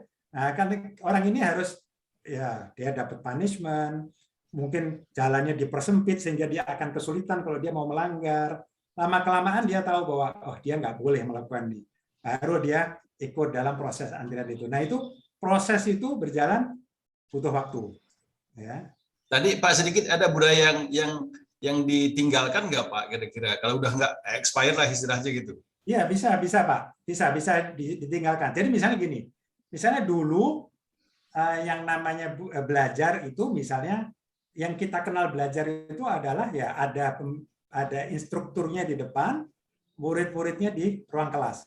Dan kalau mau ikut training, itu training ruang kelasnya terbatas, waktunya terbatas, jadi harus dijadwalkan. Si A ikut trainingnya kapan? Nah, jadi akan ada kebiasaan yang saya kalau belum dijadwalkan ya nggak belajar. Nah, sekarang dengan bantuan teknologi, topik belajar itu ada di mana saja. Perusahaan itu menyediakan sumber daya belajar yang luar biasa banyaknya. Jadi budaya dibalik sekarang. Bukan orang menunggu jatah dikirim untuk training, tapi dibangun pola pikir baru bahwa belajar itu bisa setiap saat, di mana saja. Ini saya kasih cerita pribadi sedikit, mungkin 1 menit. Saya katakan bolak-balik tadi ya, saya naik KRL, saya naik MRT. Ya. Nah, di KRL dan MRT, HP saya ini adalah guru saya. Ya. Jadi saya kalau sudah naik kereta, duduk, saya buka, learning portal yang saya tunjukkan tadi, saya buka di situ. Saya buka dan saya lihat topik-topik baru apa yang ada. Terus saya mulai baca di situ, dan kalau ada yang menarik, saya bisa klik sesuatu di situ, dan nanti saya di-remind, diingatkan setiap saat, Sami, kamu kemarin kepengen belajar ini. Nah, nanti pas saya ada di rumah atau ada di kantor, saya dapat reminder, ini topik yang kamu kepengen pelajari, yang kamu baca di kereta tadi lah, kira-kira gitu ya. Jadi saya dapat. Jadi sekali lagi, belajar itu tidak nunggu dikasih jatah belajar, tapi saya kepengen belajar at any time saya bisa belajar. Itu budayanya berubah, Pak. Pola pikirnya berubah. Ya, ini contoh perubahan yang bisa terjadi. Baik, Pak Husein, alhamdulillah ini luar biasa apa yang disampaikan. Karena memang ini membangun budaya ini memang butuh proses dan waktu. Sudah terbentuk enak ya Pak, kalau sudah terbentuk enak, jadi semuanya sama gitu. Jadi kalau nanti tadi disampaikan, kalau di sini di Al-Azhar ada di Jawa, ada di Sumatera, ada di Kalimantan, kemanapun berada, orang kenal bahwa budaya Al-Azhar begitu, mau di Cirebon kayak, mau di Jakarta kayak, mau di Aceh atau mau di mana gitu ya. Kalau ada Al-Azhar mereka tahu. Kan kalau saya sih membayangkan seperti ini Pak, seperti apa ya? Kalau kita masuk makan di McD Pak. Ya. Kalau di McD itu kan semua pelayanan di McD manapun sama. Sama, kan? Betul. Ya Semacam itu Pak. Iya, nah kita berharap di Al-Azhar begitu. Dan gini Pak, kalau budaya itu sudah terbentuk, orang akan merasa risih kalau dia tidak berjalan sesuai dengan budayanya. Ya, dia berasa risih sendiri. Oh, kok saya aneh sendiri gitu ya. Jadi seperti tadi, budaya antri kalau sudah terbentuk, ada orang motong itu mungkin semua mata langsung lihat ke dia dan dia merasa, saya aneh sendiri nih. Tapi kalau dulu sebelum terbentuk, yang antri aneh. Yang nyerobot itu yang biasa, ya kan? Nah, jadi budaya belum terbentuk. Budaya nyerobot yang terbentuk bukan budaya antri. Jadi kalau budaya yang sudah terbentuk, orang yang ngikutin budaya itu relax, happy, ya, jalannya dengan enak. Yang melawan itu berasa nggak enak. Nah, itu kalau sudah seperti itu, nah itu budaya sudah mendarah daging gitu, Pak. Baik, kalau gitu. Makasih Pak Sensami. Baik Bapak Ibu, alhamdulillah hari ini kita sudah menyelesaikan forum knowledge management kita yang keempat dan ini luar biasa. Sekali lagi kami ucapkan terima kasih pada Pak Sensami yang sudah meluangkan waktu untuk bisa bersama dengan kami. Insyaallah mudah-mudahan nanti akan ada share-share dari Pak Sami berikutnya gitu bersama dengan kami dalam rangka untuk mewujudkan budaya di Al-Azhar. Nah, kami ingatkan dan kami sampaikan kepada Bapak Ibu yang hadir pada Zoom kali ini, di chat itu ada daftar hadir, mohon untuk bisa diisi. Lalu kami juga sudah men-share materi Pak Sami di chat Bapak Ibu semuanya. Nanti kalau Bapak Ibu ingin mendapatkan rekaman dari kegiatan kita hari ini, insya Allah nanti bisa menghubungi Direktorat Dikti Diklat. Apakah nanti kami akan masukkan dalam KMS, Knowledge Management System, yang memang ada websitenya, atau nanti secara personal Bapak Ibu akan mendapatkan recording dari kegiatan kita pada hari ini. Jadi sekali lagi makasih banyak Pak Ustaz Sami yang telah hadir bersama kami. Dan untuk selanjutnya nanti akan kembali kepada Pak Priyadi selaku pembawa acara. Sekian dari saya, mohon maaf atas segala kekurangan. Assalamualaikum warahmatullahi wabarakatuh. Waalaikumsalam warahmatullahi wabarakatuh.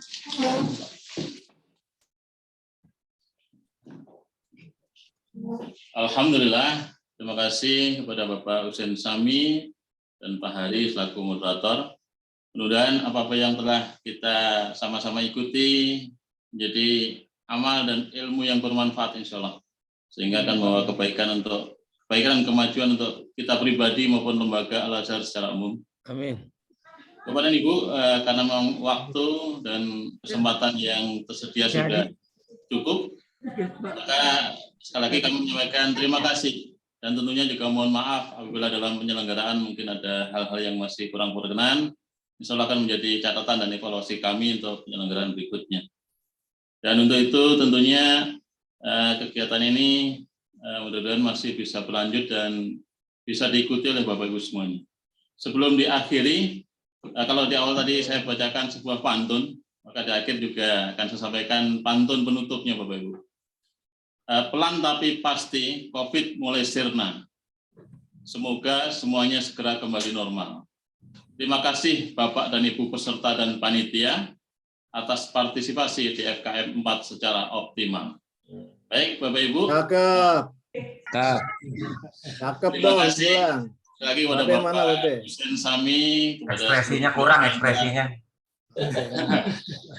Yang telah mendukung dan mensupport kegiatan ini, mudah-mudahan semuanya menjadi amal kebaikan kita bersama. Kita akhiri dengan doa penutup majelis.